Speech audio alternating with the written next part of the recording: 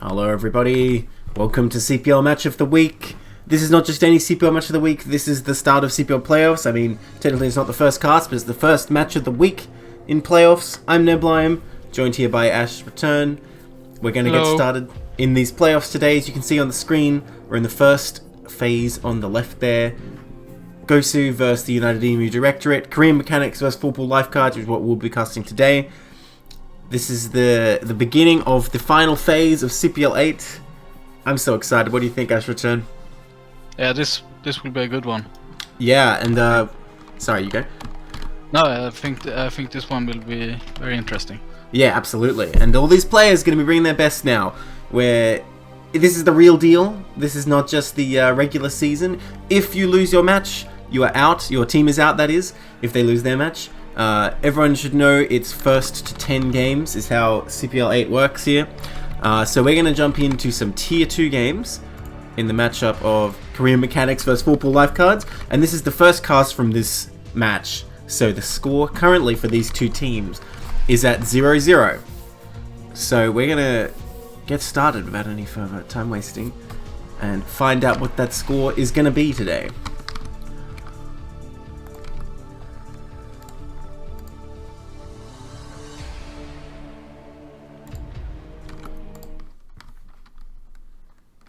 Alright, starting in our first game here.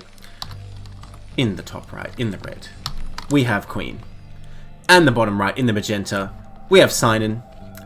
It's an MG Civil War right here.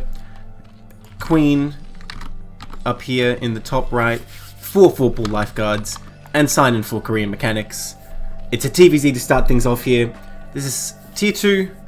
So, the middle of the range for CPL. Let's see what they're bringing for playoffs. It better be good.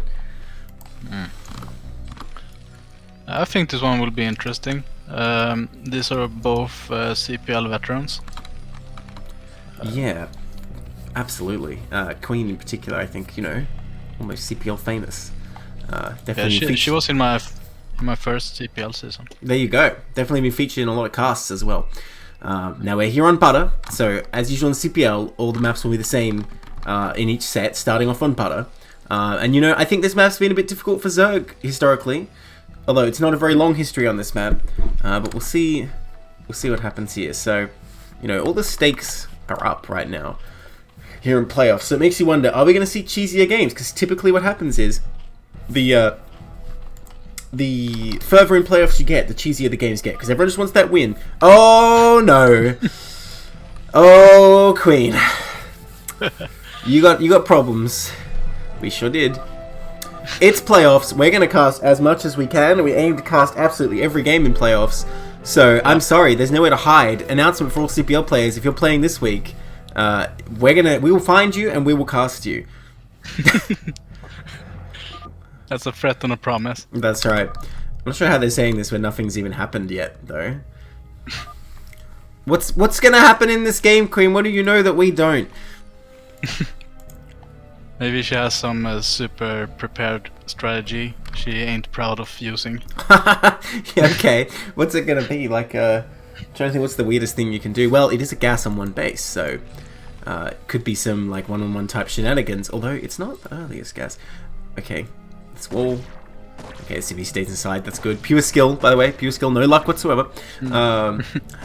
Totally skill based. The wall is secure, denying any scouting. Now, when you see this as Zerg, are you going to think like, okay, he's probably going gas, you know, with a full wall, no SCV scout coming out, or you just have to assume it's still bio? I mean, I don't know. The factory's coming up now. I think you'll want to keep a little bit track on the barracks to see if it is one marine, two marines, or like continuous marine production. Right, but we see. Sign-In did not do that. Sign-In actually pulled the drone back immediately. Now, the links are coming up. The Marine pops on the outside, and he is far from home right now. Uh-oh, these links are going to come up here and take him out very easily. Are they on an attack move, though? No. Oh, yes, they are. Oh. Wow, that is a brave Marine. He has been given a mission, and he is not stopping till it's complete. Can he make it to the Zerg hatchery just to see it? Oh, I don't think he's going to make it. No. Got ambushed. There was no SCV scout? Yeah, I think that was the scout. Oh, I don't know about that. Because now, yeah, Queen here doesn't have any idea what's going on. Could be a 3-hatch build, could be Yeah, it could be anything here. 2 factory, you say? Oh, that's very odd. I guess you're right. Queen did have something planned that would make us scratch our heads. Bring something here for playoffs, that's for sure. Something Zerg will not expect. Now, Zerg checking out the natural is going to realize there's no expansion. I'm surprised we haven't seen a creep colony already from Sign-In, because to deal with those vultures, you need a sunken. No number of links. It just came up, as you mentioned it. Oh, yes. Oh, it reached. Oh, Actually got Marine. Yeah, there's one. Oh, they just get in. Oh, it's a fake wall. Tight. It's a fake wall. Okay, but the vultures are on the way, so this is not going to kill Queen by any means. But it is important scouting info, and you know it can harass these SCVs a little bit. This is a pretty big deal getting in here. This is for 2 factories, and the armory is not done. Yeah. Yeah, this is a big deal. Sign-In sees actually absolutely all the intel. Now, these vultures are going to come out here and be able to clean this up. That one Marine's still really trying to kill that Overlord, even though there's Lings in the base. Uh-oh. Yeah. Oh, that poor guy. He had one mission. Yeah. That mission wasn't killing Zerglings. And he still failed. Okay, so Queen is going to clean this up. And the Sunken did go down in a timely manner. So it looks like it's going to be like a Goliath build, but a fast 2 factory before the armory here, which is very odd. And it was a 2-hatch build. I don't know if you can have Goliath range in time here. I guess we'll see. Ooh. Oh, tight wall from Sign-On. Yeah, very nice hatchery placement there. That vulture was determined to run by and it would have got in with 1 sunken hit left, but you know, it's hard to get through that mineral line. So nicely done by Sign-On here, looking very safe. And now Queen's down a vulture. I didn't think it was tight. Oh, well, it's probably tight for a vulture. Oh, you kidding me? Yeah. You can get back there? Uh-oh. Okay, it's on very low health though, so maybe these drones. Okay, they just pull back immediately. Sign-In not game to lose any and try and fight that fight. This is a bit unfortunate. Queen actually getting some damage here, denying this mining. Yeah, 1 drone shot and it's dead though. Yeah. Only 5 HP. There it goes. I looked away. I was in the Terran base for 1 second, and look what happens. Another vulture comes out though. eBay coming up. Yeah, you need to prepare for those mutas for sure. I think 3 vultures is really the maximum you ever want to make with this build, because you got to get into those Goliaths pretty soon. Oh, here we go. Yeah, I don't really know the maps for 2 factory on 1 base. Yeah, like, that is quite weird. But I'm just thinking, oh, that vulture, you can lose that as well. I'm not even considering the second factory here, just like the amount of time it's going to take to like build up the number of Goliaths, because that second factory isn't done too fast. But I don't know. What is the plan here? Are you pushing with like with siege mode eventually or something? Because what are you going to do with just Goliaths if Zerg just sunkens up? I think I saw siege mode started, but maybe it was cancelled for Goliaths. Well, Goliath range is going to be necessary here, right? There's no way you can do this without Goliath range. Yeah. Although the Goliath... Maybe started the siege in case it was a Hydra. Right. Opener, and then cancelled when got to read it was Mudas. Right. Alright, Link's coming back up here, and they're probably going to be very surprised to see there's still no expansion. But then again, Sign-In did see out the 2 factory, so should have a pretty good idea. Okay, I mean... Can you just push with Goliaths at a certain point? Wow, there is a tank out. Did it finish siege mode? No way. Surely there wouldn't have been time for that. Yeah, I think it was like 30% started when I saw it. So I don't think it finished. Okay, these mutas coming up here. No Goliaths kept at home. There's a couple of turrets, very minimal defense. But if you have a couple Goliaths, it's probably enough. But Queen determined to push across the map here. Sunken's going up, or at least they're creep colonies now. Sign needs to buy a bit of time here. Where are the Mutalisks? You need more Mutalisks than this to deal with these Goliaths. They're happily gunning down those Zerglings. It's only 6 Mutalisks so far.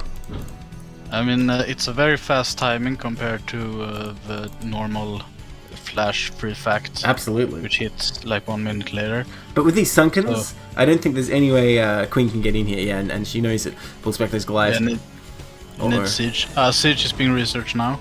Gotta be careful here. If the Mutalisks overwhelm the Terran army, suddenly everything will get cleaned up. And there's a good number of Mutalisks. Goliaths reinforcing. Yeah, so the thing is, if Zerg just picks off the tank, it's going to be costly because of the Goliaths. But if you just do that, can you keep buying time and win here? Because surely the longer Zerg holds out, the more it's in their favor. 1 base versus 2. Yeah, and I don't think Goliaths can bust these Sunkens. Oh, absolutely not. If you don't have a lot of mutas left. Yeah, it would be a tragedy for Goliaths to attack into this, but the tank's starting to hit. So Sign-In has to respect this threat. This is getting really serious right now, and no tech on the horizon. Sunkens, yeah. Sunkens are well spread out too, so they don't get multi or like shot both for 1. Still though, they're not going to last long. Tanks pelt away at them real fast. Alright, the Mutalisks coming in here, and this is what I was saying. Can you just do this? I think you need to commit. You can't take Yeah, free shot. you have to finish it if you're going to do that. Alright, nicely done. Nicely done. And more Sunkens going down, so Signing continuing to buy time here. Theoretically, you can just produce enough Mutalisks to overwhelm eventually. Where is the tank? Is there no other tanks in production?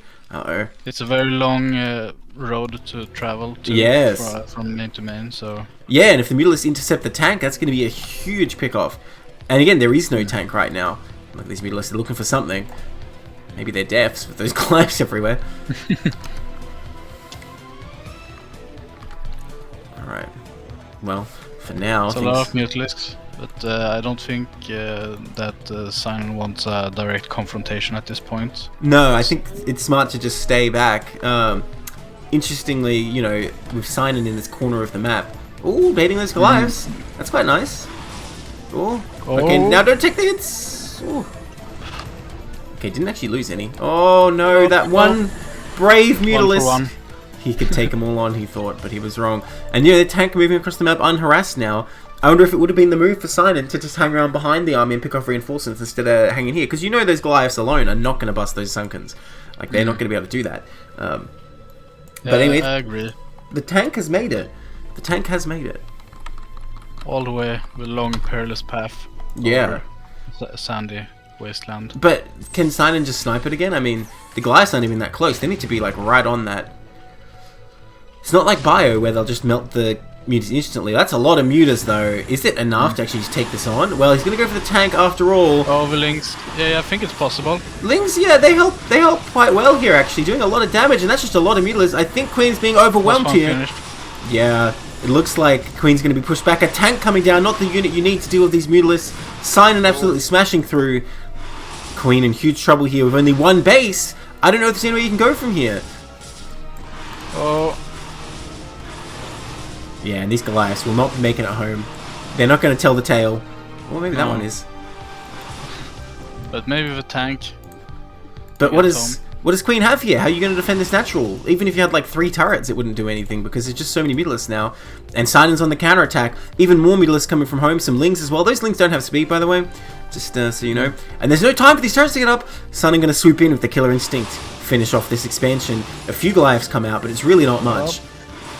3 Goliaths and 2 turrets can't hold this many mutas. Nah, and you absolutely destroy this command center before those do anything. They're getting baited into the turrets, so they're doing what they can, but I don't think it's going to be enough. In fact, wow, there's so many turrets near the mineral line there. That's crazy. That's a huge you probably don't want to go all the way in there. Uh-oh. That's enough turrets to do something. Yeah. And with Goliath range, I guess you can't camp the factories. Yeah, Ling's flooding the natural as well. And slowly getting the CC does cancel. But Queen's production is under a lot of threat here now. If Lings just get on top of these factories, it's all over. Now again, these turrets, these brutal turrets. Lings can probably take down the turrets. Well, that one Goliath has something to say about it. Remember, these Lings don't have speed, so they have a bit of a hard time catching these Goliaths. Or did it just finish? I can't tell.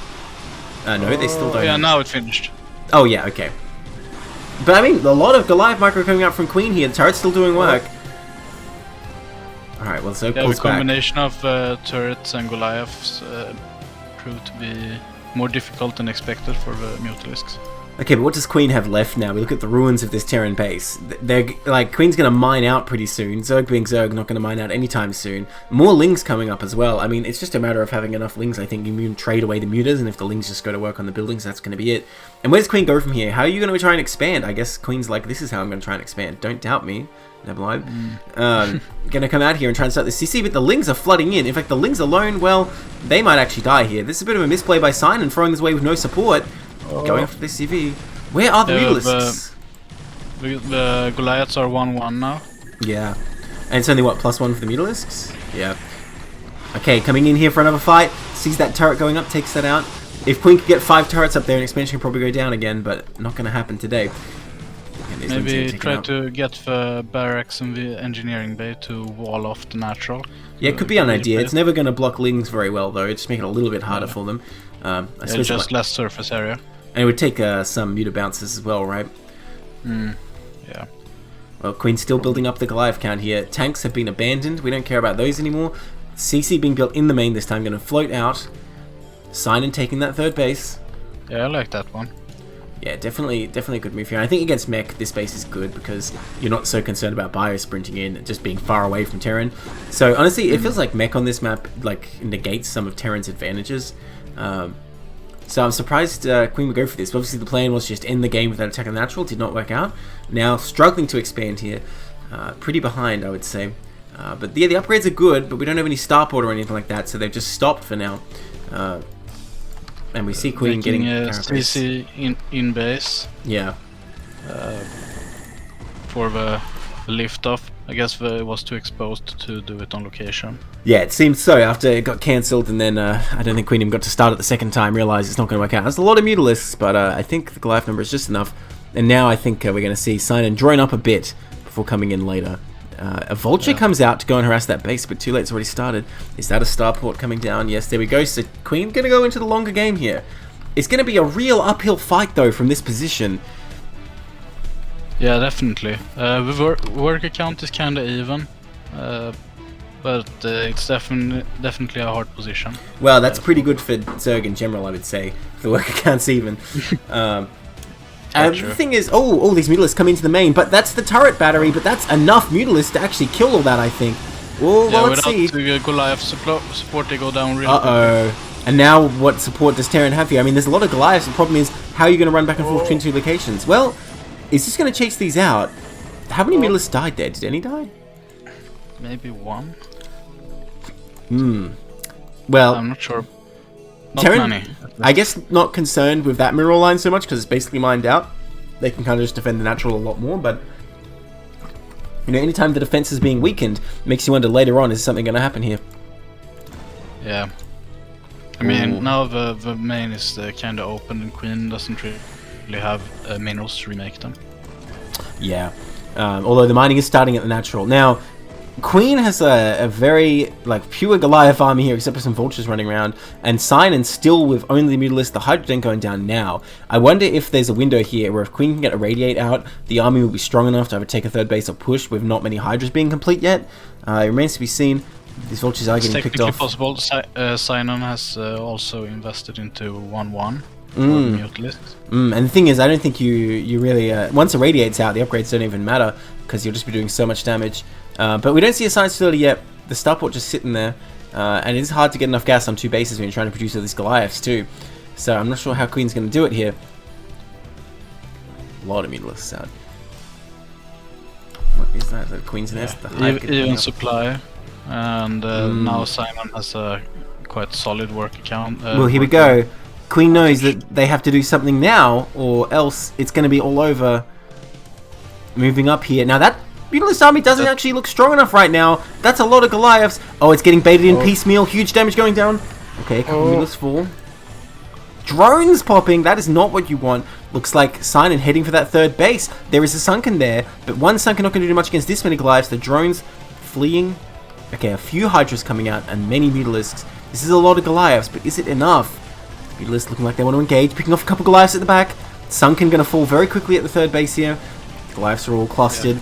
Oh no, this is going to be a disaster for this Mutalist if they engage here. Huge damage. And the Mutalist in the back. Yeah, Hydra's getting gunned down too at the back there. So Queen going to smash this third base. That was some star sense.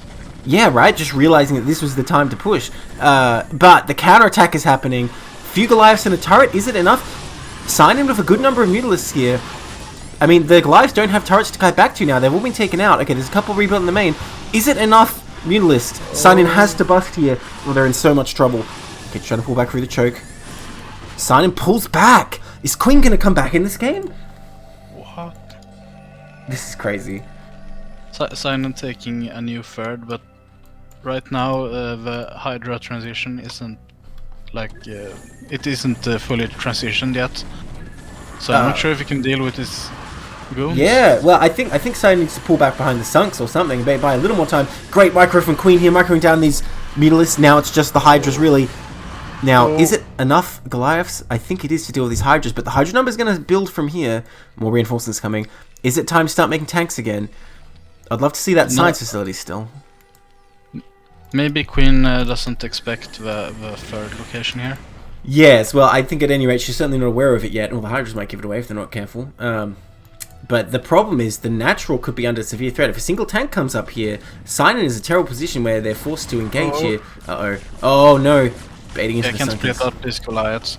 Oh, I don't know about this. Fight uphill. Yeah. Need to go back. You need a tank for that one.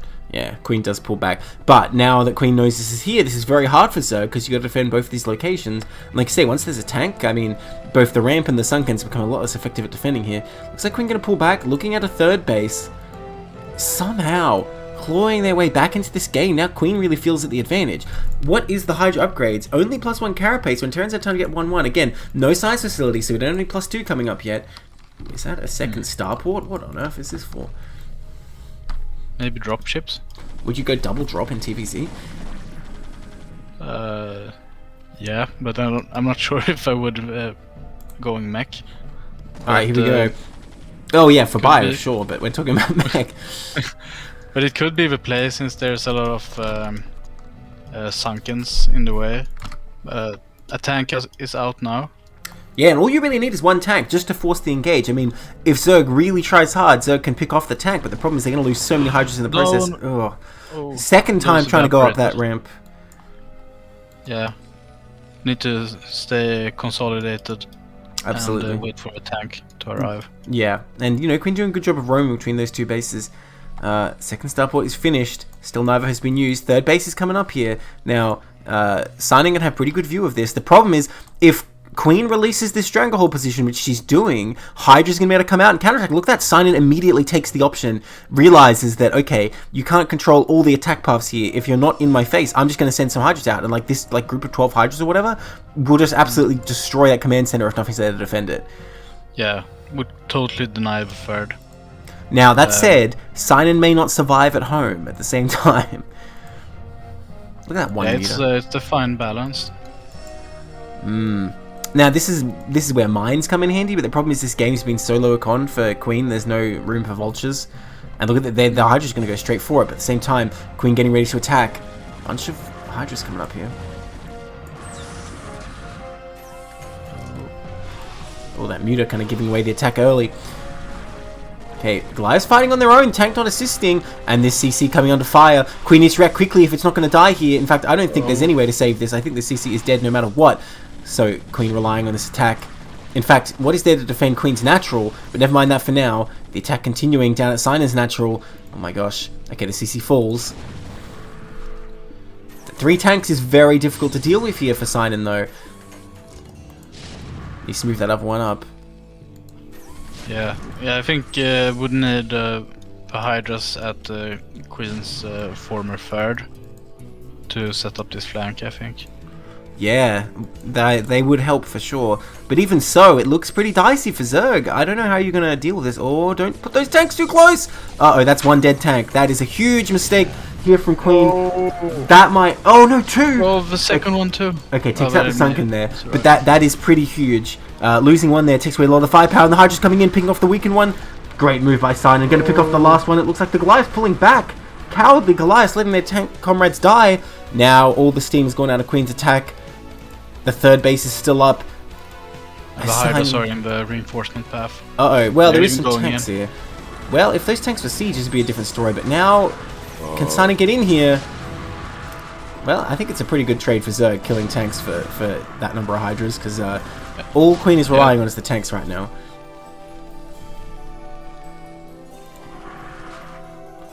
Okay. And Sinor has transitioned back to Mutas. Ooh, I like that move, because Queen's trying to make a lot of tanks here. Now, there's still a lot of Goliaths out, but I mean, you've got that 1-1 on the Mutas, might as well use it. Going for a command center here again. Queen's still, like, barely not mining out before expanding once again. And, you know, Zerg gonna mine out in the main, actually, so the game will continue in, like, the similar sort of economic situation as it has been. Then the thing is, Queen's lost a lot of army here, and look at this Zerg going out with a double expand, it looks like. I think that's the play. Yeah, I agree. I mean, just doing Hydra counterattacks and sniping bases like we saw before is going to be a winning strategy, I think. Wait, where'd that other drone go? Oh, yes, down here. Okay. There we go. Yeah, so again, the onus is on Queen to do something here. As Zerg's going to pull further and further ahead. The Mutila's getting ready in position. The Hive is finished as well. And stuff like Defilers is going to be devastating. Obviously, these Mutas coming in. The Goliaths are out of position. You do not want to get that CC cancelled here. Okay, now the Muta's the ones out of position. Yeah, really need this Third to go up. Yeah, I mean, honestly, Queen needed to not lose it, because Queen's in a very desperate position now after it got sniped before. I mean, look at the base. No production is happening, really. Just a couple of tanks coming up. Second armory coming. The Science Facility is finally finished, but +2 still hasn't begun. Science Vessels would be quite good here as well, when you've got so few minerals. But Queen is only mining 2 at the Nat Gas anyway. So few SCVs here for a 24-minute game. For sure. Scan's going down. Is that the first scan all game? At the natural, trying to see what Zerg's making, but unfortunately does not catch any of the mutas there. I like the idea, scanning the natural to see what's coming out for Zerg, but unfortunately not well timed. And look at these mutas ready to strike in the main. Where are the turrets? There's only 2 turrets at the top. This could do really big damage. Finds that base with Goliath. What would you prioritize if you get into the base here? Armories first, and then if nothing's happening after you kill the armories, I think you go after depots maybe? I'm not sure, but absolutely you hit the armories. Maybe you kill the science facility, I don't know, it's got a lot of HP, but if you kill it, it is kind of annoying. I don't know. The armories is unambiguous, but after that, I'm not sure, you just kill whatever you can. Yeah. Because obviously Terran Mech relies on these upgrades a lot. Now, you know I say supply is the same, Zerg wins the game, but if the supply is ahead, are you already dead? Zerg here, 110 supply, Terran 92. Now Terran Mech I suppose can get by on a little bit less supply, but this still seems pretty hairy. Good defenses set up here, but we can see Zerg taking so much map control. It's going to be very difficult for Terran to deal with all the possible attacks here, especially without any mines going down. With such a poor economy, there's no minerals for vultures. Seems like Sion agrees. Yeah, and I think that's the prime target. Now, I don't think +2 had actually started in this case, so that makes it a bit less important, but hey, free armory kill, I guess. That's that fine. Was a bait armory. Yeah, right? The thing is, when you play TVZ Mech and you get to this point in the game, you really need to have like a really strong turret wall on your main, stop things like big drops and sudden muta switches. And it's not that Queen has neglected this, it's just that Queen is too poor. So this is an option Signing can continue to use to keep putting damage on, and it's going to be very difficult for Queen to deal with in this already behind position. Now, the defense is going up. We have depot walls at the natural and the third here, so there's no way Signing can bust right now, but it's kind of Signing is free to do what they want here. They can go into Queens, they can go for like a big ultra attack, they can go for Guardians maybe, just try and hit that main as well. You know, Signing has all the choices laid out before them. It looks like Queens is the choice. Also, a fantastic map vision spread. Oh yeah, for sure. And that's very important against Mech, because you don't want vultures running around, of course. I like it. Queens to deal with Queen. Seems good. And see, the problem with Queens normally is that since you've invested all these resources that don't pay off until they get energy, you have like a long window where Terran can attack you and you're weaker. But the thing is, Queen's already so behind, they're forced into this complete defensive posture that I don't think there's any attack that can go down. You get all the Terran army together, it looks pretty scary, but the problem is there's no way you can defend the backstabs because there's Hydras and Mutas everywhere. So I like this from Sinon. I agree. I mean, in this position, Simon can both drone up new expansions and make queens, without really being scared of a counterattack, which is great. Also getting plus 50 energy for queens. Oh yeah, I mean, it doesn't really help that much because it has to finish before any queens start being built to actually give extra energy. And you're not building up 250 energy on your queens, I hope. Well, I say that, but then I look at one of these queens, it has like 160 already, so maybe. But I guess, you know, if you're trading queens for tanks, you're rebuilding them over the long period, it could pay off.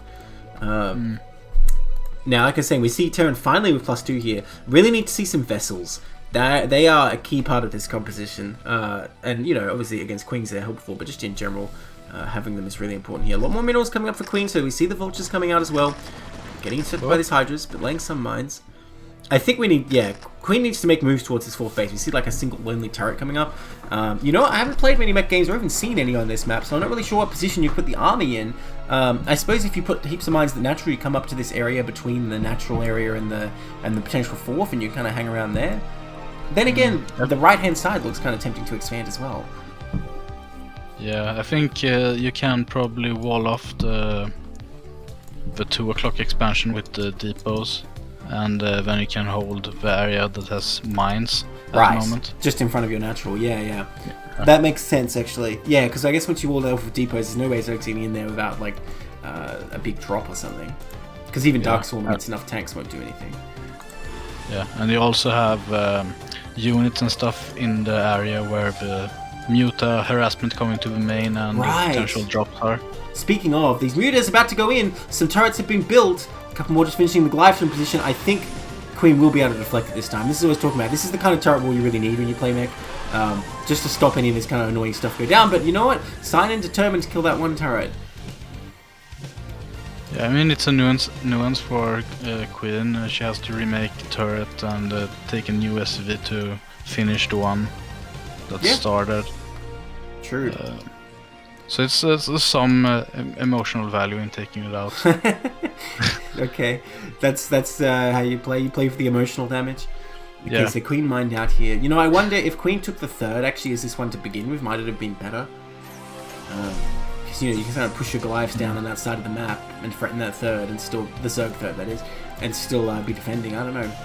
But as it stands, Queen is running out of time. The Natural's mined out. Getting actually pretty high in supply here. A maxed mech army is one of the hardest things to deal with in StarCraft. But the Queens... Yeah, especially if they're fully upgraded. Which they are not, I will point out. We're only at 2-1 right now. +3 on the way. No armor upgrade. So I've gone 2-2. Working towards that 3, well, melee upgrades anyway. +3 carapace and melee upgrades coming up. Literally the whole map is without the fog of war. Yeah, right? And hatcheries continue to go up. Now, look, this is less dire than it might be for Terran, just because mech can kind of slowly crawl over everything, but Queen does need another base. Queen is able to secure another base and fend off the Zerg. Definitely there's chances here, but again, the lack of vessels really concerns me here. And in the long term, I think it's going to be very hard to win with mech without that. Guess we'll see. Yeah, some units stuck in the main, but it seems like it's unclogging a bit now. You've got to kill that egg. That's a Zerg egg. How are you letting that live? Man, that is a big army, though. Yeah, she's practically maxed at this point. Yeah. But yeah, definitely need another base, else it will be a one-hit punch with no sustain. Looks like Queen's going to try and come over to the left here and take that. That seems to be what these... maybe push to expand, like yeah. TV2 or Terranverse Pros. Yeah, now, if that's what you're doing, though, I really prefer the right side. Because it just seems like you're covering a lot more that way. Because if you move here, you're just leaving your entire natural open, and, like, you know, so you can get in your main, you're going to lose for sure. Alright, coming up here slowly. Where is SCV? Got to start the command center. In fact, I'm surprised Queen didn't pre-build it, because, like I was saying, things are really getting dire economically. Now, it is hard for Zerg to take this on, though. Ooh, Mutalisk getting absolutely melted here. Yeah, you really need to be very careful how you engage this type of army. A mech army of this size.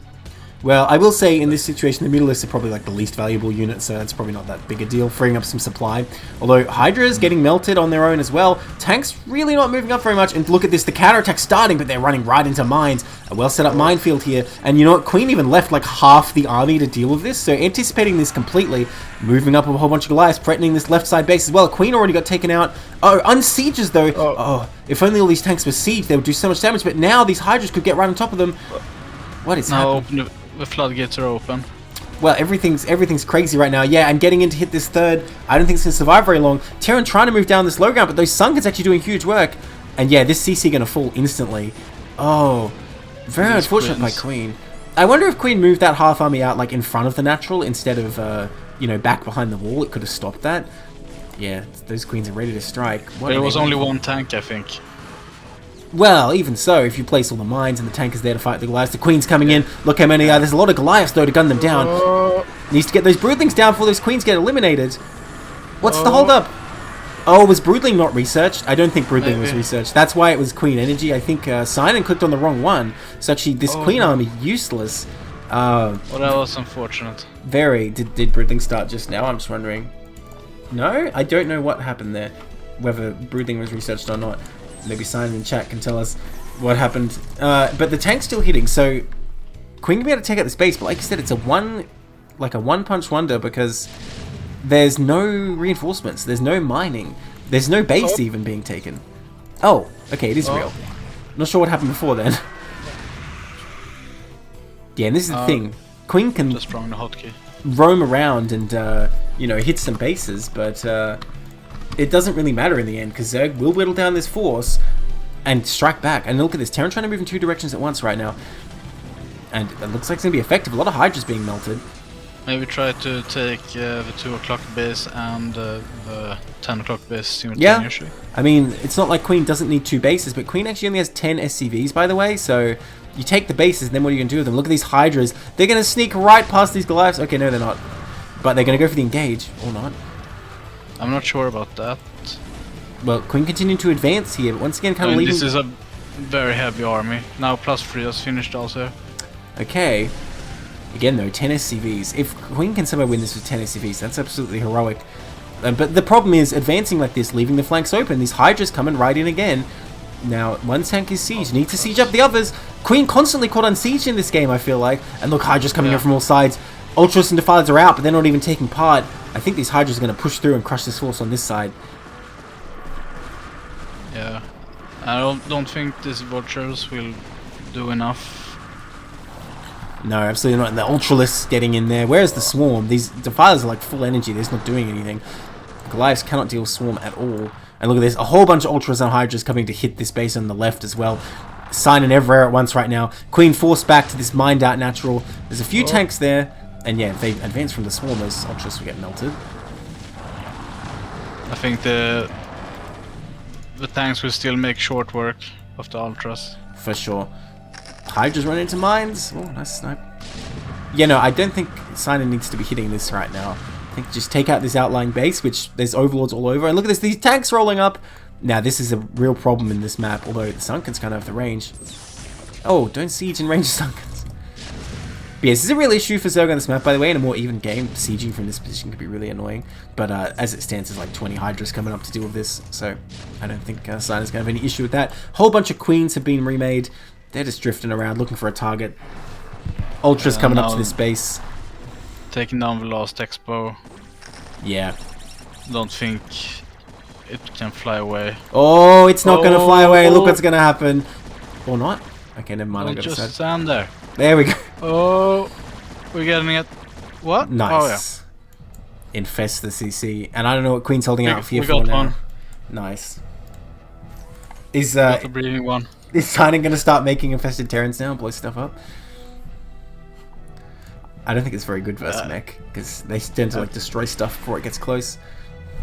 Yeah, and Queen has no resources. Oh, she's lifting off a CC to try. Well, this is the final. This is the final force from Queen coming out here to go out in a blaze of glory. The Zerg hordes are descending. Where's the Swarm? I want to see a Swarm. No, the Defiler's just hugging. Oh, a Plague that hits one tank. Okay, Swarm where the units aren't. But these Ultras still tearing through. The Hydra doing a lot of damage. Pushing back some of this. Actually, interestingly, splitting the army in half.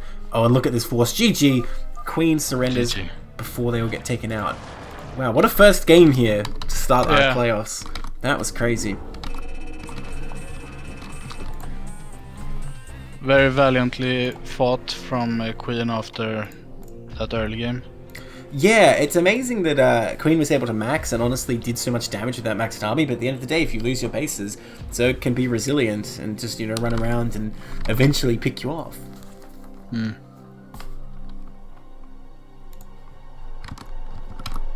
Alright, we're going straight into game 2 here of that series. You know it's over when there's infested command centers, that's right.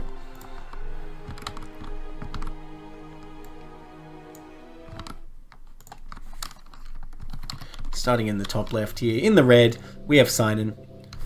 And in the top right, in the blue, we have Queen. Oh, it's use map settings, interesting. Currently, Sinan up 1 game in this best of 3 for Korean Mechanics. If Sinan gets another map here, that's going to be a point on the board for Korean Mechanics. Queen here for Pool Lifeguards. Can she bring it back? The last game, it wasn't totally one-sided. Queen was behind from the start, but really had some sort of comebacks there. So I still think definitely can take it. We'll see if mech is the way to go, or that was just a play for butter. I'd be surprised, actually, if we saw mech again, because I don't think it's really that popular right now. Maybe there's some kind of butter-specific consideration. Queen needs to start playing again. Well, like we said, all playoff games will be casted, so you better. I know that Queen really likes going mech. Ah, okay. Really? So no bio Yeah. on the horizon? Okay, well maybe that's just it then. I've seen her play bio, but she really prefers mech. What was that SCV? It looked like Queen was going to go for the 8 racks at the natural, but changed her mind. Hmm? Because the SCV was halfway down. It looked like Queen was going to go for the 8 racks and then you make a link-proof wall, but decided to make an SCV, not an SCV, a depot instead. Maybe it's because, you know, the cordial chat going on. Queen was like, I just can't 8 racks this guy, you know. All the intel. So it shows Sinan taking the win after getting a lot more practice. Drone Scout coming up very early here. So what was this? This is the overpool, it looks like. So interestingly, Sinan may be expecting a proxy here. Gonna find Queen doing a normal build in here. Although the barracks position a bit far back. But we see that gas, as predicted, you were right. Looks like Queen gonna go for mech here. Now, if you're gonna play mech though, I would expect you would know the kind of expansion opening build, so I'm only hoping here that Queen takes the expansion 1 factory, goes into a more normal game, because that 2 factory 1 base was kind of doomed to fail from the beginning, I think. It was just fortunate that Queen was able to kill that 3rd and get a lot of value eventually. Yeah. I've seen her do several different variations. I've even seen her do a free fact build. I'm not a fan. Is that like 3 factor with vulture speed and you just run in with like 12 vultures? Try and kill everything? No, it's like a 1 base timing attack. With Goliaths? Yeah. I'm not going to be a fan of anything that's 1 base Goliath, to be honest. I don't think it's really that easy to make it work, because as we saw, Zerg can get some Sunkens, and if you try and get that tank, then Zerg will just be able to pick it off and buy the time they need. Okay, drone being pushed back, but I don't think Queen realizes this is overpool. The SCV scout going the wrong way, and Queen very greedily only sending 1 SCV scout, and this is how Zerg will punish that. 6lings run as your main, and I mean, 2 Marines not going to do much here. Now, the SCVs can fight this, but the question is how much damage will go down, and it's really not that big an investment from Sinan here. The Link's coming up. Alright, that 1 Marine about to have a very bad day. Tries to run back to the SCVs. Okay, does retreat them in there. Oh, picks off 1. Oh. And the other falls. Uh-oh. Queen in a lot of trouble right now. Yeah, maybe also since in the first game Queen scouted with the Marine and not with the SCV. Yeah, well, like I said, I think it's very greedy to only send 1 SCV scout, but unfortunately not microing very well against the SCVs, just lets them all get taken out. Now, that said, the factory's been very delayed, a couple of SCVs have been picked off, so it's still been worth it for Zerg, but it's just a bit disappointing that those things got picked off so fast.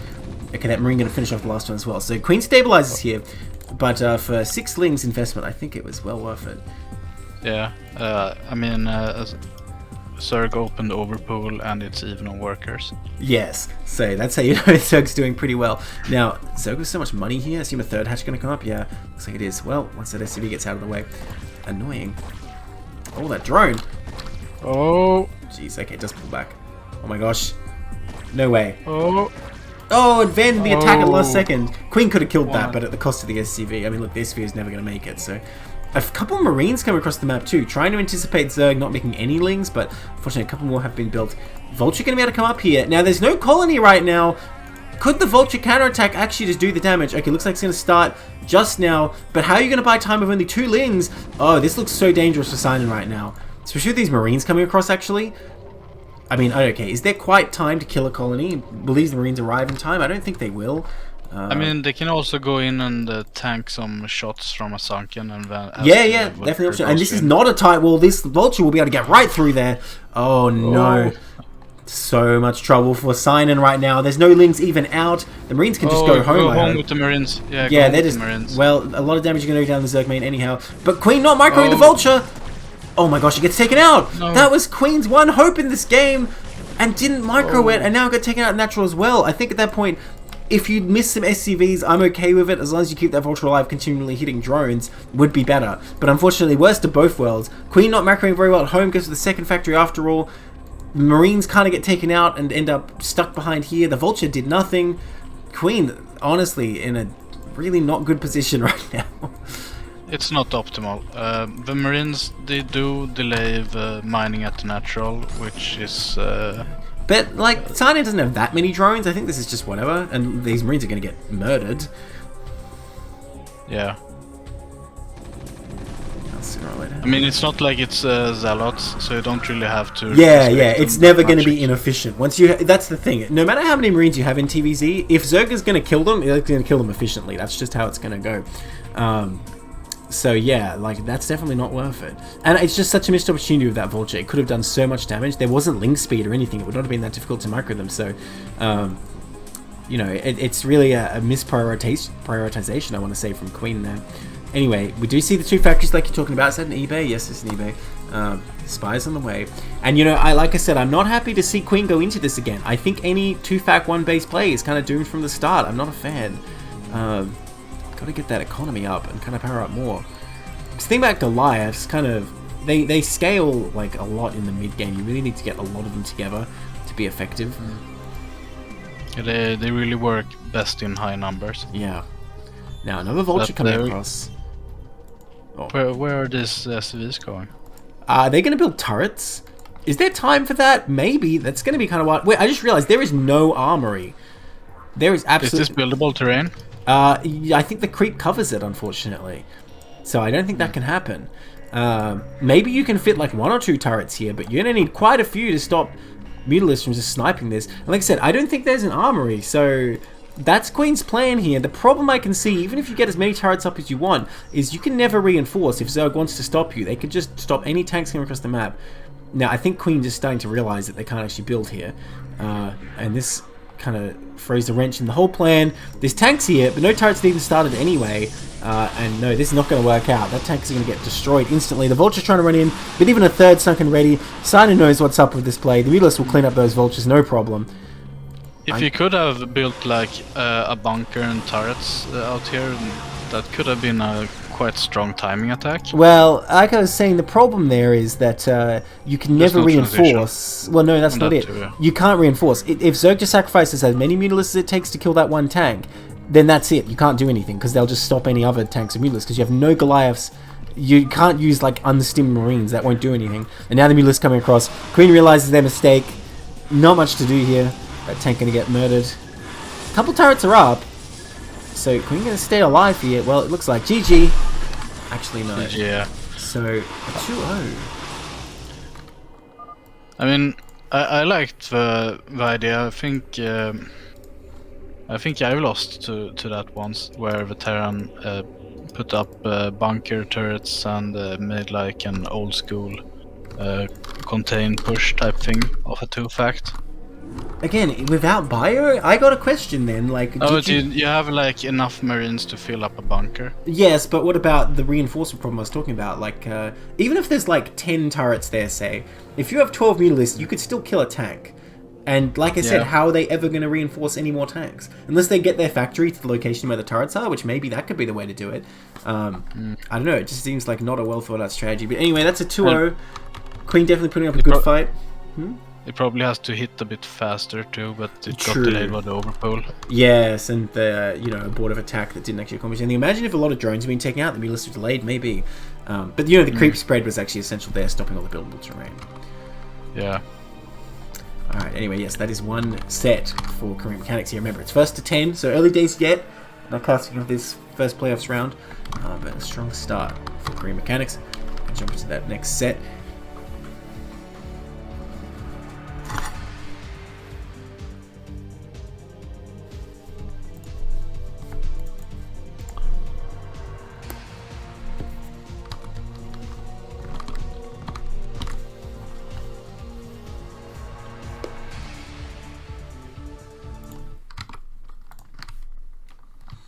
Alright, in the top right here, in the green, we have GeForce Tesla, and the bottom right, in the pink, we have Packrat, another Zerg player, but it's a Pros this time, so PvZ coming up, Tesla for Korean Mechanics, Packrat here for Pool Lifeguards, appropriately finally the Zerg, but no 4-Pool, very sad. If 4-Pool Lifeguards wins the Grand Finals, they have to do it with 4-Pool. In the deciding game. They gotta. Can maybe arrange the casts. So it's the final match. We'd have to set it up that way. Assuming someone goes to the 4-Pool and actually wins the game. That's also a requirement. Yeah, true. Cyan saying they lost to Abrax on Goodnight makes sense. So, good map to go pull on. Yeah, it's a strong build, Atrax. For sure. Especially with the link-proof wall, right? That's the modern way to do it. So we're getting a 9 pool from Packrat and a Pylon Scout from GeForce Tesla. Yeah. Also, these two are CPL veterans. Been around for quite a while. Absolutely. And again, been casted many a time as well. Okay, so looks like Zerg gonna go for this fast gas here. Now, I can only hope it's gonna be link speed, because you know that's the build I love. But the thing is, you know, 2-player map, Protoss just finding it immediately. If Protoss just like knows what to do, surely there isn't much play here for Zerg, right? I mean, you can do like a delayed attack. So the Protoss does 2 cannons, and then you don't attack, and they think that you're transitioning. So you just kill probes, and then you attack with like 18 Zerglings. I see. So like you kill probes at the front when the cannon's warping. Although at this rate, it looks like it's going to be done immediately. I mean, I don't know. Yeah, I mean, you just deny scouting, so you just show like 6 links and looks like deny it's scouting. Gonna be a lair maybe, because there's no link speed. I'm waiting for that. Links Could do be pop also the Tie 2 2 hatch Hydra bust, or the Michael 1 hatch Hydra. Okay, it is going to be link speed there. Link speed just started. And like I say, it's going to have to be a delayed attack here. Now, hang on a minute. Tesla not actually pulling any probes here. Not really respecting this right now. These 6 links will kill this cannon if no more probes come to this natural. Okay, they're going to pull just in time. Looks like Tesla knows what they're doing. Although they need to get in position. Will it though? Oh, okay. Will it? If Packrat went right in there, I think they probably would have got that cannon, but a bit timid. It's still a bit tight. It was quite a bunch of probes. It's a bit scary. Yeah, I suppose it is. Well, okay, if nothing else, you could run by, and that would be huge. Because there was not enough probes to stop anything without the gateway being up. You could absolutely run into the main. At least 1 or 2 would get in for sure. I would say you get 4 in, because there were 6 links out. I think you overestimate the ability of probes to stop that when it's such a wide area.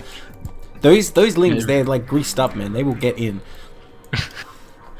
Okay, there's your Hydra Den, as predicted.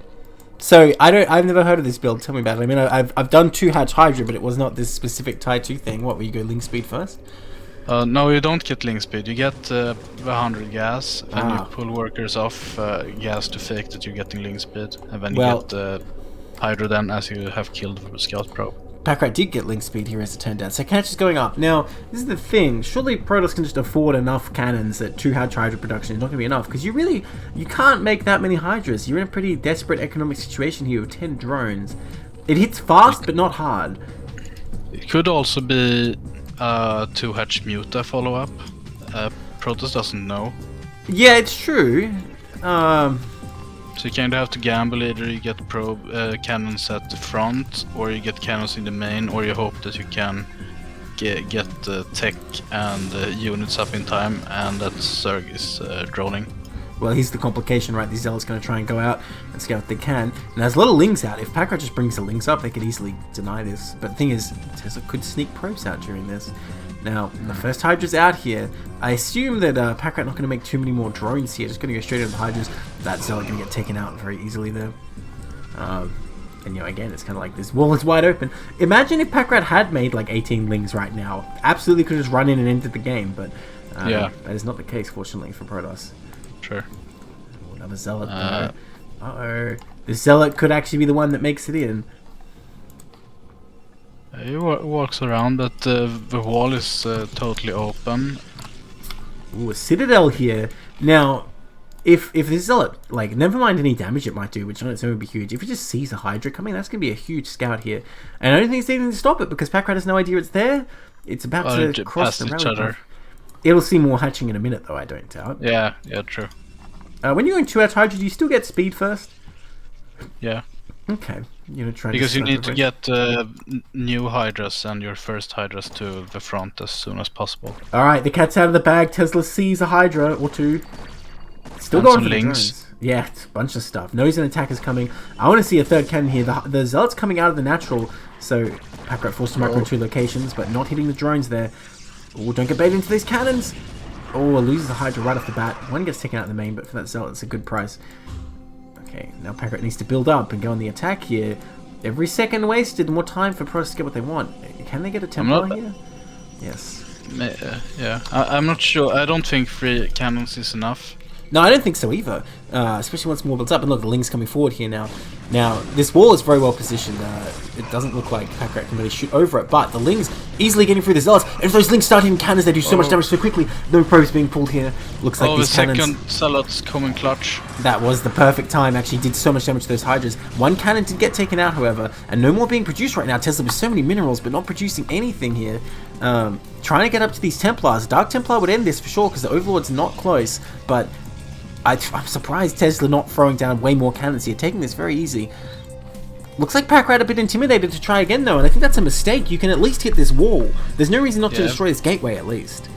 Yeah, especially since it's 1 hex distance from the wall to the cannons. So Pack Rat making a big mistake here, I think, leaving these Hydras back. At least, if you're waiting for reinforcements to attack the cannons, at least hit the wall until that point. That said, I suppose Pack Rat hiding the fact that they're not going back to droning immediately by not showing these Hydras, but still... I feel like Tesla's making the mistake here of not making cannons, but Pack Rat not punishing it. Yeah, and behind this G-forces, Tesla is going up to, I think, 6 gateways.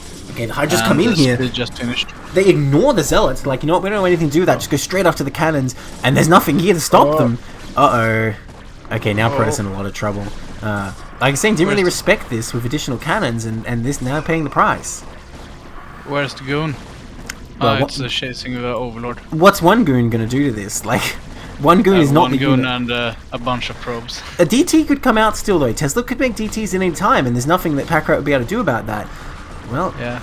There you go. But now the Overlord got chased almost to the net. Yeah, and this Hydra's gonna slaughter these probes. There's Zealot coming out to tank actually. Looks like Tesla might just clean this up. Try to make those cannons. Yeah. Oh. Man, this is such and now there's coming reinforcements. Thing is, Pack Rat has so few drones, even with the number of probes have fallen, Tesla's still fine. Again, Templar's coming out. I would have thought a DT would do it, but High Templar here, I assume they don't have energy nor Storm researched yet, so they have to retreat. One Speed Zealot. I saw Storm getting researched. Oh, it's finished already? Have energy. Yeah, I think. Okay, but again though, the problem is if it's like 4 Hydras versus 2 Templars, they just need to split a little bit, and actually Storm's not even going to help you. Oh look, and the Hydra's just coming right in here for the hit. Ooh. Just getting the drop on them. Yeah, takes that one. Now, this problem is Speed Zealots are hard to deal with, and Zerg's had a very hard time actually building up any good number of Hydras with only 2 Hydra production. Only 12 drones. They're really coming in just like 1s and 2s, huh? Yeah, that's the problem with only having 2 hatcheries. Well, this is why I was saying Pack Rat needed to attack earlier. Like, when they had all that stuff, they needed to take out this wall. Imagine if they'd spent their time killing the wall. They would have had such an easier time attacking in on those cannons, would have been way more efficient, and lost fewer. I don't know, that was, I think, the deciding factor. And now, Tesla's stabilizing with such a superior economy, way superior tech, even just going on the offensive against these Hydras, which I don't know if that's the play. But, like, what does Pack Rat has? Pack Rat has, like, a very, very small number of drones and literally Hydra tech, and that's it. No layer has even started yet. Okay, these Zealots getting in here. Another fight going down. Overlord now in position for the DT, but it never came. Storm? Nice. Even hits the Overlord. So close. Just naked. Yeah. Damn, that poor goon. Oh, that Hydra. Is it going to make it home? Looks like it will, barely. But wait a minute, what's actually at home? Okay, not much. Introduced. Yeah, really, really not much. Like, if a Tesla just attacked, I don't think Pack Rat could do anything about it. Because even if you just make more Hydras, I think a Storm's going to do enough damage that the Speed Zealots will get through here. And look at that, a few more Speed Zealots coming out. Really tiny armies here, but still seemingly favoring the Protoss. And look at the gates. Oh my gosh. Yeah, that's quite a gate count. And all things considered, quite healthy probe count too. Yeah. Thing is, oh, okay, hang on, the Zealot's coming here. Thing is, I will say Tesla neglecting to remake more, though. I think not realizing how many died. Does need a few more for this many gates for sure, I believe, but definitely Yeah, a lot better than the Zergs like were 40 at least. Yeah. But I think it's not that Tesla like missed them. I think it's just that when they were dying, Hydras didn't remake them. That's the thing. Now look at this. Zerg trying to come out with like their small Hydra force, but it's like, can they even fight those zealots? DT coming out as well. Ambitious. Well, DT. Yeah, they run out of the base and then they immediately have to like run away. Yeah.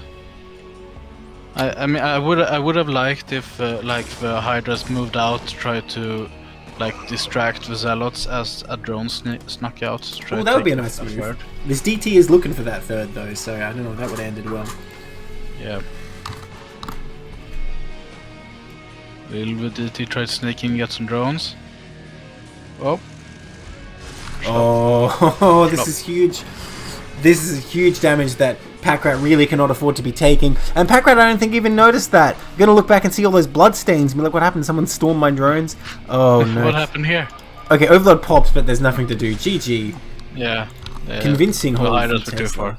Yeah. Yeah. What a weird build from Zerg. That was a...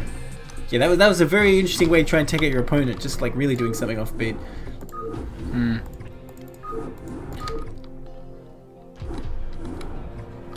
To our second game, just a second. I do like the idea of like throwing a curveball in the first game. Yeah, so that the opponent thinks that this player is totally unhinged. Yeah, right. I guess so. And now you just go for like the totally standard 3-hatch Spire, into 6-hatch Hydra, all that stuff. 5-hatch before Pool. Oh my god, I want to see that. I want to see that now. I mean, if Protoss goes Nexus first, is that almost gonna work? We'll get cannon rushed, I think. Oh, right. In the top right, in the pink, we have Packrat. And the bottom left, in the green, we have GeForce Tesla. Currently up one game in this best of 3 here on Goodnight. Packrat here for Pool Lifeguards and GeForce Tesla for Korean Mechanics. Currently, as you can see, Korean Mechanics took the first set. If they can take this second one, they'll be looking good. So, Packrat really trying to get a win here. Of course, these games are not played in the order they're casted. We don't even know what order they were played in. It's all from replays, but nonetheless, every match counts. Maybe see the build queue HUD? Well, you may, but as you can see, I put the score over it, so you're going to have to just keep the mystery, like in the old days. You know, people often say that, you know, having the mystique of what's being produced is more interesting, so I figured it was not an essential part of the UI. Okay, probe coming out here. You know, the reason I want 5-hatch for Pool is because I want to see a cannon rush. That's the thing you don't understand at the time. That's my priorities. Yeah, it makes sense. I mean, most of the time, cannon rush is dealt with drones anyway. Right, that's true. That's true, exactly. So, like, what are you even worried about? Zergs, take note. The CPL official cast, we're telling you to go 5-hatch Charger. 5-hatch before Pool. So you have to do it. Definitely going to win you your playoff games. It's caster certified. And that's right. And nothing the casters has ever said has gone wrong, ever. So you're getting a Overpool and a Forge expand from our 2 players here. Yes. Oh, drone coming down, but a bit early, can't actually afford that. Is that the scout, I suppose? Yeah. That expanding drone should not have called attention to itself by attacking, but nonetheless, Tesla does not stop it. Needs to scout the main, see what's going on anyway, so has to let it happen. Yeah.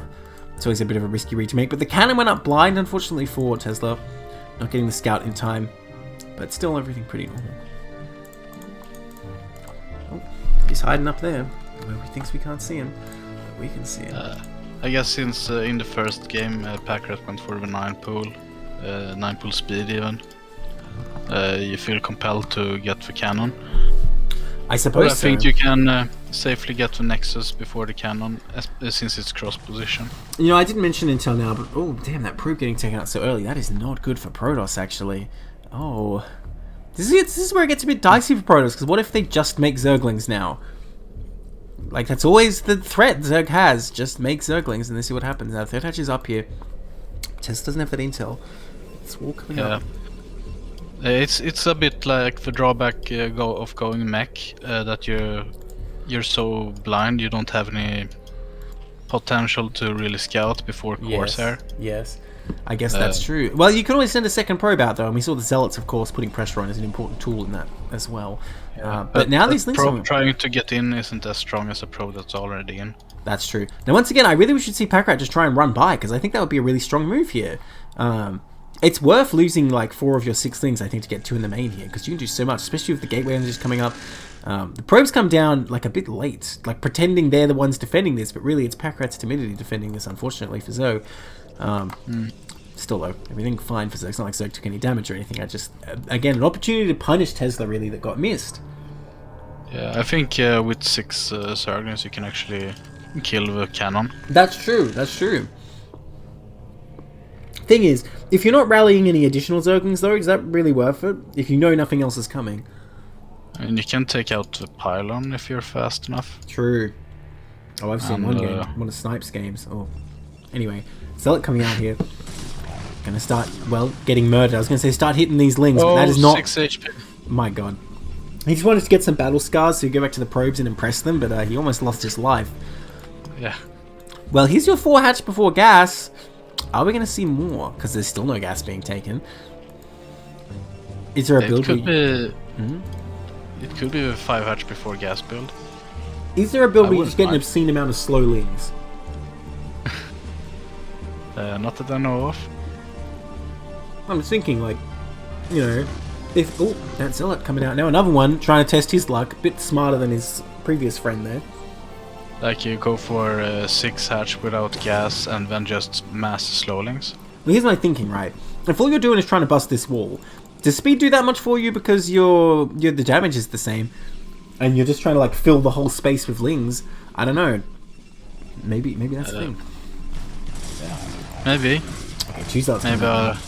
Maybe I'll try it in my playoff games. Yeah, you can do the 5 hatch 4 pool first. You're officially endorsed to do that. It's a best of 3. I can do both. Now, as you said, it is 5 hatch before pool here.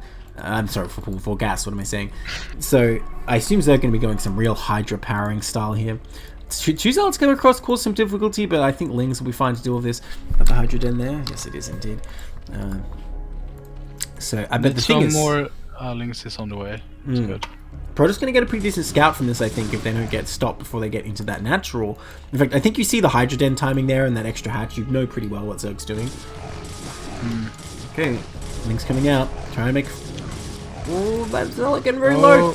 Beautiful micro by Tesla. Oh my god. That was so good by Tesla. Now, these 2 extremely low HP Zealots starting on the Hydra Den. Unfortunately, I'm going to get that. Would have liked to see them go for some drones, because they're never going to kill that. Yeah, or get in behind the mineral lines or something like that. I can't see any universe in which that was the move. No, the last Zealot is going home. Yeah, well, he saw how it went for his friends. Yeah. Well, you know, he knows they're all dead already. It's not like he's betraying them, right? No. If there's no battle, there's no battle to run away from. Mm-hmm. That's right. Oh, well, hang on. Maybe he heard us because he's turned around like, you know what? No. I'm no coward. I'm giving my life for Iyad a day. I won't have these casters call me a coward. Alright, more drones coming up. 32 drones already for Zerg. This is getting kind of crazy. I don't know what the correct Protoss response is here, honestly, to this kind of play. But I can imagine a DT coming out would be quite annoying. I do have the Templar Archives up already. Yeah, but we're skipping Stargate. Yeah. There's no pressure on the Overlords. Yeah, is that stronger here because there's going to be no Overlord speed and no Scourge? Personally, I like Corsair versus 5 hatch before gas. Just because there is very late Overlord speed, so you can go around and catch ones on the map and put some pressure, and then Dark Templar gets stronger map control. Right. But there's also a case for just going like 6 gateways and just make units. Oh, look at these bravest of Zealots running across here. Oh, sideways. Alright, looks like they're going to reinforce. A lot of Hydras out already, though. What time would a Corsair pop out? So I look at this and I think, well, If Zerg's just in position everywhere, though, of course he's not going to be able to do much here. I mean, yes, they can defend you 100%, I suppose. And then what, do you go for a fast third? Maybe. Okay, the Zealot doing its best. Do we have +1 here? Oh, we do. So this thing's not going to do much. Well, but it's not a Ling-based army that's come across. It's Hydras. And Protoss doesn't even seem prepared for this. Just run right into them. Yeah, DTs are definitely going to be an important tool here. But once again, we see Tesla really neglecting them. Because, yeah, there's like one Overlord on the side of the map, and it's like way in the corner. So DTs could push this back easily. Now, that said, Storm is going to be ready here, so Pro's not really in trouble. And in fact, if Zerg gets too aggressive here, a great Storm goes down doing a lot of damage. I only got 3 of them, but quite a few bruised. Oh. Yeah, Protoss doesn't want to get baited out here. Try not to cast too many. Oh, that was not a great one. But yeah, this Zealots can actually take this out now, I think. They're all injured enough. Unless Packrat really micros it intensely. No, I think the Zealots would win that fight. And yeah, Zerg forced to retreat there. There are a lot of bruised Zealots too. Oh, were they the ones who were out before? I didn't realize. But see, the Hydra's going to continue to be produced. And again, I feel like the DT is what you want here. Don't kill the pylon, kill the gateway. Come on. I think, will that unpower the Forge? I think so. Yes. Even if it wouldn't, I just think you need to kill the gateway anyway. Because well, hang on, these Hydras coming up here. Talk about it in a minute. Okay, gonna pull back. A, you need more space to get out in the first place. And B, the pylon is actually doing something for you, even if you're not using this gateway to produce. The pylon at least is giving you supply. And obviously power in the Forge. Yeah. But the escape path through the pylon area is more direct. I suppose, but it's going to be a bit dicey later if so it gets contained. Now these Zealots fighting without any support, getting absolutely shredded by these Hydras, but a huge Storm. Oh, killing so many Hydras. But the Templars have to retreat. Where's the backup? Okay, here come the Zealots. The Templar's going to die, but he did his job. That's fine. Nice Storm as well. That's quite a lot of Storm. There's one with 2 Storms. Yeah. One with 1. Well, I mean, so far, Protoss has had the Storms they need, but I think really not respecting the number of Hydras coming out. The Zealots keep coming out on their own, and they keep getting battered for it. You can't lose this for free. Oh my god, and this is not the first or second time this has happened. Protoss continually bleeding a lot of Zealots here. The Storms have been good, but oh no, this is where it gets bad for Protoss. The Hug Warriors going in for the body contact with the Hydras. The exposed. Yeah. But unfortunately, no, they're going to get pushed back. And now Tesla's in real trouble because all Packrat has to do is keep making these Hydras and the Lurkers coming up. And Protoss will be stuck in there with no recourse. Now, I still wonder if a DT might be an option because I haven't seen if Overlord Speed is actually ready. Now, that said... I've seen it. It's ready. Okay, fair. But still, there's no Overlords here. If you make like... Even with Overlord Speed, it takes like 300 years for Overlords to cross the map. There is one in the corner. But yeah, if you make like 4 DTs and like suddenly start targeting Lurkers, you could get quite a few, I think, for an Overlord could get here. Now, at least like force some area of respite. Yeah. Like. Well, yeah. If all you need to do is bust out, right? If you can push Zerg back for like 5 seconds, then suddenly your army is out there, right? Oh, this Zealot's finding the third totally exposed. Oh my god, are you kidding me? Or are they? Okay, they do find it. Oh wow, huge move here, just sending the football team around the side. These drones are helpless. Oh, they got to get out of here. There's not even that many drones here to begin with. But at the same time, the container's going down. Zealots, again, getting baited in for free. Tesla just does not like Zealots. Just gets them murdered so easily. But this third is in big trouble. The hatchery's going to go down if Zerg doesn't do something. I don't see any reaction whatsoever from Zerg to this. I think Zerg focusing 100% on the natural, which is a mistake. I don't think they even saw this so far. And these Zealots at the natural getting taken out. Zerg natural, that is. A nice Storm went down. Protoss natural here. But yeah, I don't think Zerg noticed it. It would have sent the ones. It would have sent the ones from the center. I think. Yeah. To save the hatcheries. Well, you know, before this happened, I was gonna say that even though, well, Packrat just GGs. I mean, probably fair. I think Protoss probably would have been able to overcome there, but who knows? But that makes it a 2-0, I believe. Let me just update that real quick. Okay, so Tesla taking it. Another one for Korean Mechanics. Nicely done there. Yeah. It's a bit unfortunate. I think Packrat had like a decent position before losing the third. Yeah. So it was a bit anticlimactic. Well, I was gonna say before that happened actually that even though Packrat, you know, had the like army position, and in fact the army engages were going way his way, the economic situation was not that great for Zerg because it's still only 3 base versus 2, and you know they didn't have a great worker count or anything like that. So if Protoss is able to bust out, I think Protoss was still in an okay position, but that's just the thing. Is Protoss able to bust out? Yeah, I mean it wasn't over by any means, but I mean it was still playable for both sides. Yeah, for sure. But that's so much damage, and probably Packrat was probably just frustrated they didn't even see it until it was like already dead, basically. Yeah. Alright, I mean that was a lot of zealots. Yeah, we're gonna jump to our next series here. In the top right, in the red, we have FA, and in the bottom right, in the black, we have 2T, 3T, which is actually I Am So Cool. I Am So Cool here for Korean Mechanics. FA here for Pool Lifeguards. Is this for Pool Lifeguards time to take a game? It's another PvZ here on Butter. Pool Lifeguards been out of luck so far. Have not even taken a map. Looking pretty dire.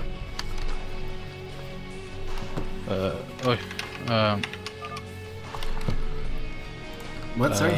Every time I see the I'm So Cool name, I'm thinking of the Protoss unit's voice line. Which one? Lama Sakarul. What unit says that? I don't remember. I don't play Protoss that often, but I really like Zealots, I think. Okay. I don't understand half the stuff they say, I'm not gonna lie. Yeah, I mean it's in a foreign language. Yeah, which is kind of weird that they speak English most of the time then, isn't it? Yeah. Imagine if the entire like Protoss campaign in Brood War and original was just like them speaking Protoss language that no one knew what they were saying. That would be great. Yeah, I think this is a compelling story, but I'm not really sure. That would be awesome. And then, Jim Rain is just talking to them in English, they talk back in Protoss, they seem to understand each other. Get the translators. So we have an Overpool versus Gateway, yeah. Interesting. Now, I was going to say about this map before, it's a very long rush distance, so it's intriguing that we saw Packrat go for the fast link speed. Obviously, the Hydras was the follow-up plan, but I wouldn't have picked that here. And actually, is it true of Gateway? Is it bad if it's a very long rush distance, or is that still kind of okay? Because it's not really the same concept for Protoss here. I mean, you can do like a defensive gate expand, like the 10 gate, and you don't send the Zealots. In that case, you can get a faster core. Right, yes, this modern build we've seen. Yes, I know what you're talking about. Oh, that harassing the hatchery, very nice, very nice. Though FA not really trying that hard to build it, actually, just really wants to kill this probe. Okay, there we go, it's going to go down. Nicely done for FA. Now, the scout going to see the gateway.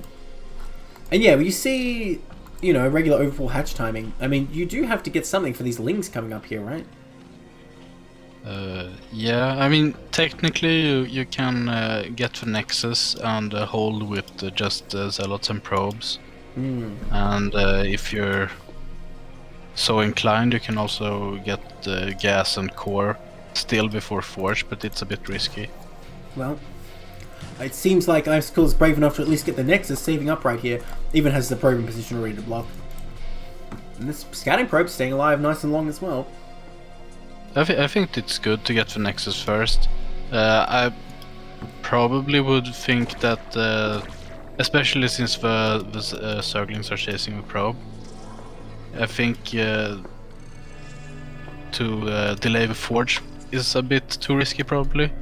But I think definitely the Nexus first. But the thing here is, if the Zerglings are chasing the probe, they're not at your base, right? So until the probe dies, surely you're totally safe. Yeah. Oh, if not, there's some surprise links being made. Oh, well, there is a lot of Zerglings out right now, actually. Makes you wonder if Zerg had intended a big attack here, but did not kill the probe fast enough. Looks like it's going to fall any second here. Now, still no gas being taken here. Really good probe control until the final moment. Yes. From well, it was probably going to die soon anyway. Now, we see no gas from Zerg here. Are we going to see what we saw last game with the 4 or 5 hatch before gas? That's definitely possible. I think it's a quite solid opener, or well, say build, against Gate Expand. Okay, well, there's your Forge. No Cyber. Now, the gas did get taken here. The Cyber will coming up in just a minute. Yeah, it seems good, just in general, honestly. It seems like it's quite hard for Protoss to punish it. Now, there's things coming up, but there's plenty of Zealots here to deal with this. I don't think these links are going to get anything done at all. Well, they're trying.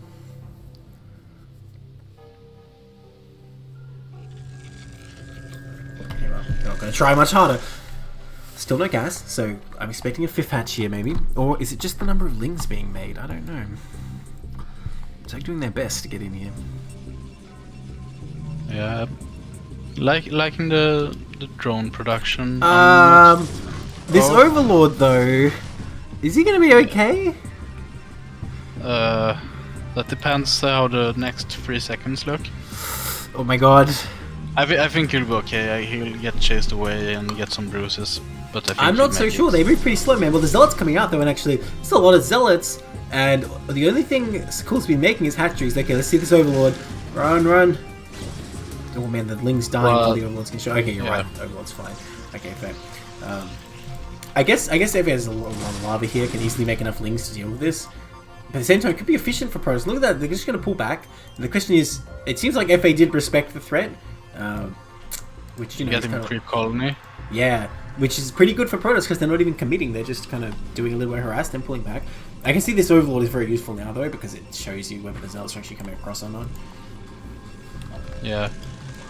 And I guess the problem is that also with the sunken, FA here got some extra lings. So you both lose the drone in regards with the sunken. And there's one lazy little coffee drinking drone. That's natural. Yeah. Oh, I see him hiding there. Yeah, he's like the worker who hides in the storage to avoid getting any jobs. Like, oh yeah, I'm just mining minerals here, boss. Don't mind me. Yeah. Oh my god. Okay, Corsair's out here. Now, I am worried a bit for Zerg because the Hydrogen is so late here. That's what's coming up right here. And +1's going to finish for the Protoss soon enough. Is there going to be a window where they can attack with a bunch of Zealots and there's going to be no like Hydra speed or Hydra range here? It could be devastating. Although there's no Citadel yet, so hang on. I mean, obviously, Protoss definitely don't want to trade Zealots now. Yeah. Well, don't know. Because these links will lose value. Yes. There are some links in the middle of the map. If they were also with this main, I think you could trade away all the Zealots just before +1. Well, I'm looking at it. And I think +1 is just a bit too far away with no Zealot speed coming across. I don't think Protoss going to quite be able to make anything happen here. But we'll see. I mean, they seem intent to attack. But like you say, this is still an anti-timing right now.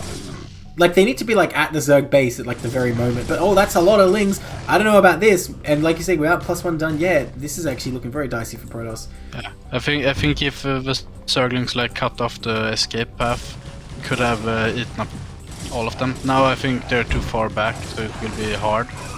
Yeah, I mean, okay, it's still a pretty good trade for Protoss, I have to say. Only one Zealot actually died there. So that was still pretty strong, but I mean, in a way, this is kind of okay because Zerg at least knows that they've got a problem now, whereas it was like somehow the Zealots got to the Zerg base and like attacked and killed all the Lings there, then Zerg has less time to react. But now Zerg knows, okay, these Zealots coming out, my Lings aren't going to help me, I better make sure I have enough Hydras and all that. So honestly, Zerg's still looking pretty good here, I think. Yeah, I mean, it's definitely okay. I mean, we have the production. Ample room to make units up without having to make new overlords. Yeah, a lot of Corsairs being made here, by the way. Kind of worries me, is there going to be a big Hydra, like, powering moment for Zerg here, but it's just not going to be out of storms. Look at these Lings running in. I mean, okay, I don't know what one Ling's going to do in here. I guess the Scout would have been nice, but no. It doesn't, though. It just gets murdered. Yeah. Also, I would have preferred the Hydrogen and the Evolution Chamber to form a Sim City to cut off movement path. Yeah, at least narrow it a bit, like even if it's not a wall, just to make it a bit smaller, because that sense is pretty wide. Now, the big devastating attack could come in here for Protoss, where the Zealots attack while the Corsairs hit the Overlords. Looks like that's what's going to happen. There's absolutely nothing over at this third, just a few Hydras hatching right now, and that Sun cannot Sim City'd at all, just open to be taken out. The Hydra's going to have to come out here, but if they do, the Corsairs are waiting for this opportunity. Yeah, no overlords, but I guess they're waiting for the backup to come so they can go to the natural. Yes, I think that's exactly the idea. And this is a very devastating sort of attack, and you know, this is one thing that I think is pretty good against this hatch before lair style. And he's going to take out the third, just like that. Zerg just out of position and not game to reinforce that much. Yeah, the hatchery kind of blocked the... Those Hydras don't even have speed, I just realised, so that makes it a lot harder. Look now, here come the Corsairs. Overlord speed is finished, luckily for Zerg. Oh. If it wasn't, this would be an absolute disaster. But nonetheless, going to get some damage down. Very timid with those Corsairs, to be honest. I'm surprised that Protoss retreated when there's only like a couple Hydras. Could have got big damage. But going in now is a bit interesting that Overlord speed was done before Hydra speed. Yeah, I think FA really got it as soon as the lair was done. Which I think, oh my gosh. This Corsair control, I have to say, was pretty subpar though. First, going in like very non-committally when there's only 2 Hydras and not getting the damage they could, and then sticking around not even hitting all Overlords to get hit by Hydras, so not as good as it could have been. Yeah. But taking out the 3rd, I mean, that's good enough. Yeah, definitely. That attack was successful. I even got the 2 Zealots out, so they're still on the map. The veterans. Yeah. How many kills they got? 4 kills and 2 kills. Oh. Oh, I didn't even see that. Very nice storm dodge. Yeah, very nice indeed. Oh no, the veterans, run! Oh, will they make it home? Yeah, no problem. That Hydra pretending to be one of them. Hey guys, like, oh no, what are you doing? One of us. Oh. Is this like a shame thing for Protoss though? If they arrive home and all their friends are dead, is it like, why aren't you dead too? You know, what are you doing back here? Very suspicious. Well, they've integrated back with the other cells. They'll never know now. Man, that's a lot of Corsairs. Oh my god, 7 Corsairs with +1. 7 Corsairs. Yeah, that's deadly. And the drone here will be seen. That was probably intended to take a 4th. I assume so, but nonetheless, that scouting is nice. Now, nice snipe, but need to get out. That's a lot of units. I wasn't even looking at the middle of the map. I'm looking at these Corsairs. Yeah, that's not enough Hydras. They need to get away. But at the same time, the Corsairs... Oh my gosh, this could be deadly. Needs to get away from those Hydras. Again, the Corsair control not as good as it might be. Really not maintaining a movement there. Loses a Corsair. Okay, gonna hit that one as well. Yeah, I'm so cool with no moving shots or anything. Just really right-click on the Overlord, seeing what happens. But at the same time, the fight going down. Nice storm there. Gets a few Hydras. Corsair control is quite hard. Yes, of course, but StarCraft is hard, so I'm gonna criticize people here in playoffs. Don't think I have any mercy in my body. Third coming up for Cool. Look, Ash Return, you can cast my game and talk about all the dumb things I do. I'm gonna do it to these players.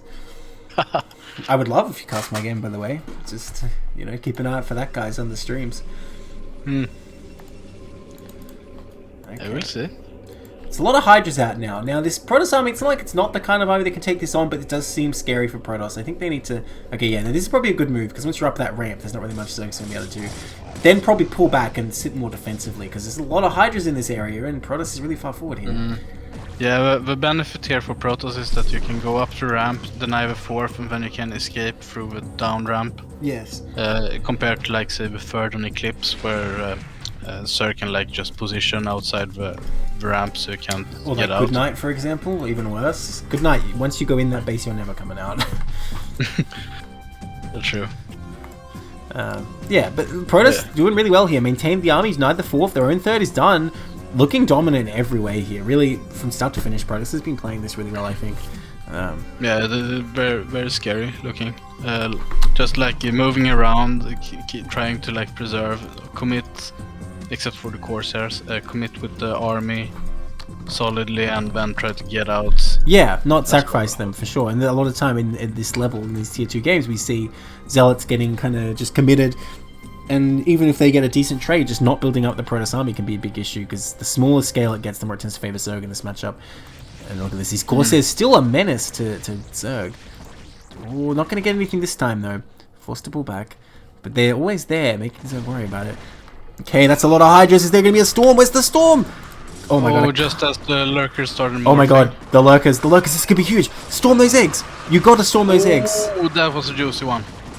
Does not storm any of the lurker eggs. No observer here. There's a bit of a missed opportunity for Protoss. They could get so much damage here. Storming some Hydras. Okay, there we go. Some eggs. One storm. Second one. Okay, nice. Not the best place, but takes out most of them. Yeah, that's really strong. Oh my gosh. No, I think Zerg is dead, even though there's no detection.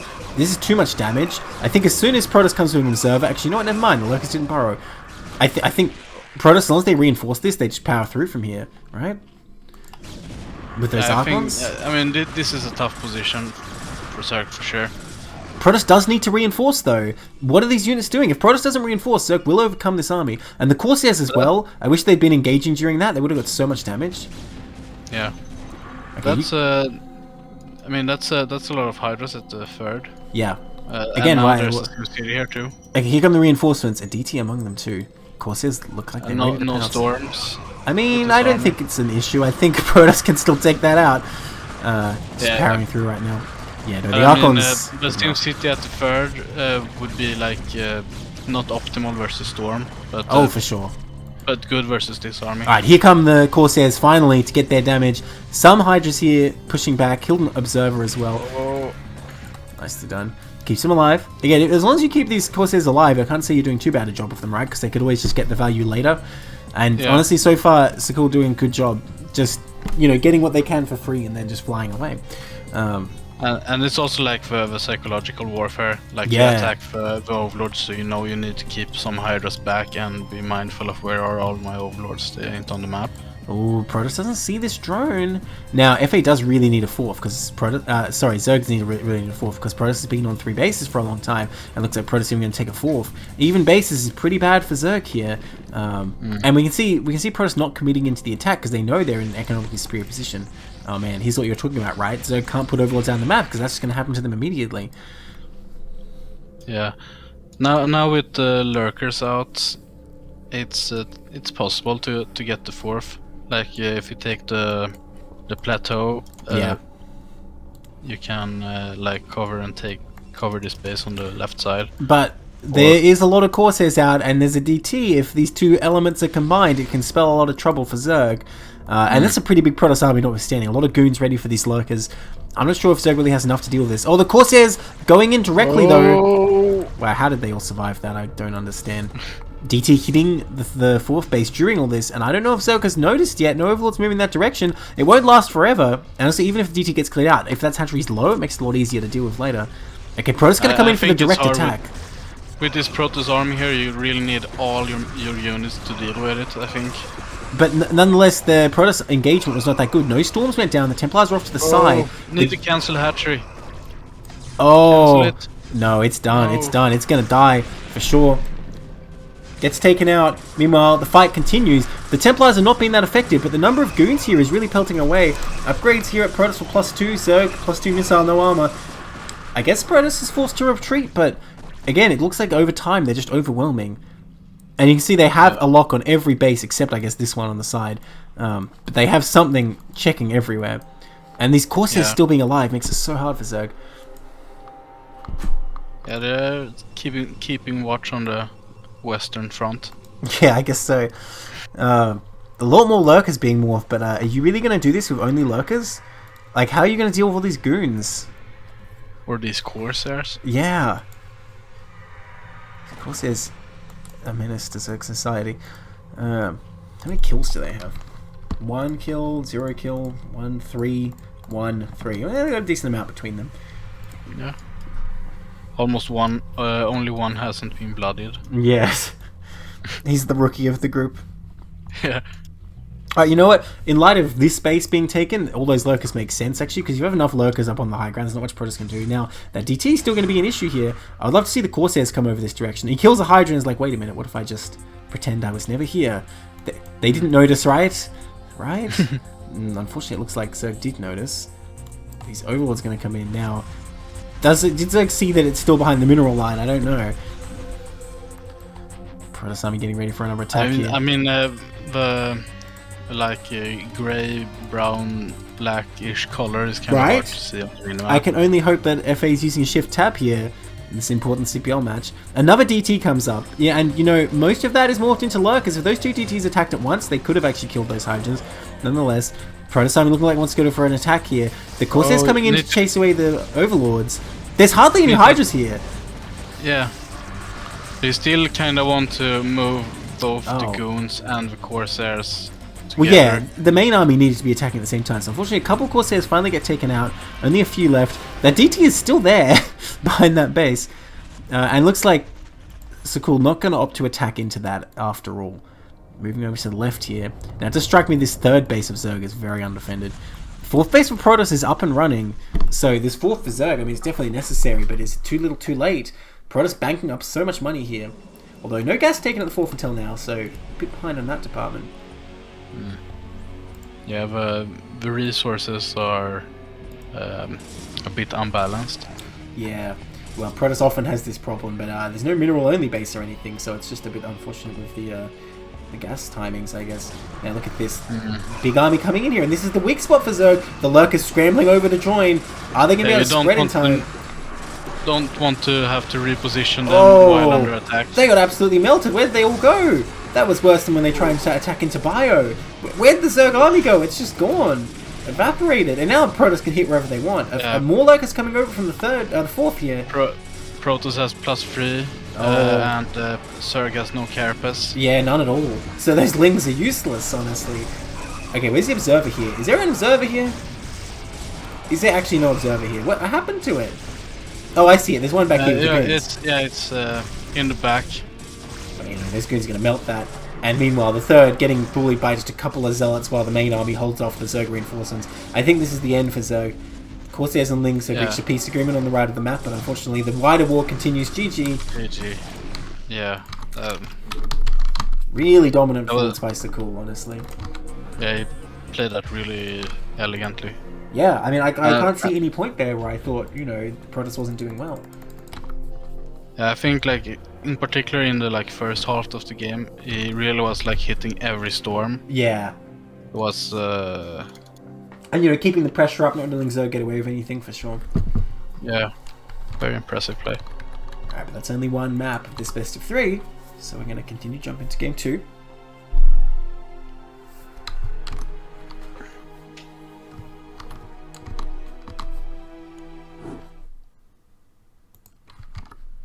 Alright, in the bottom right, in the purple, we have I have Sakul, aka 2T, 3T, and the bottom left in the red, we have FA.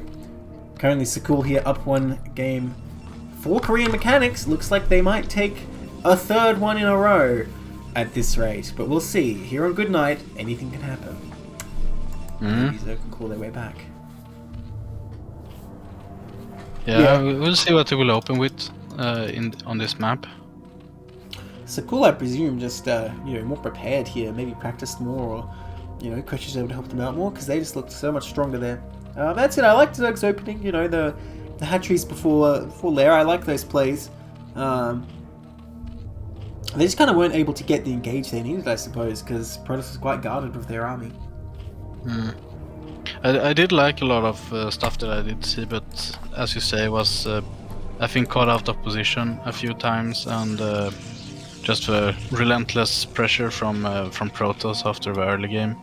Yeah, again, recently, every game we cast, I'm going like, excuse me, this is tier 2? These players are playing way too well for tier 2, honestly. And some of the tier 3s are cast as well have just been playing insanely well. Yeah.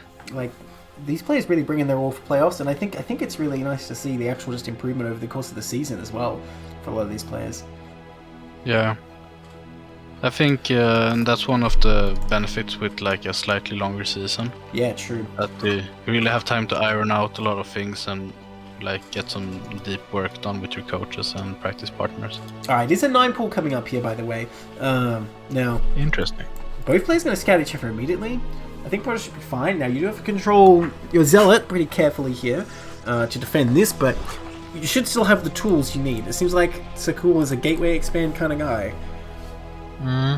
It seems so. Probe coming up here, gonna find it right away, which Zerg's probably gonna come on man, just give me a break, just don't scout me first for once. Not today.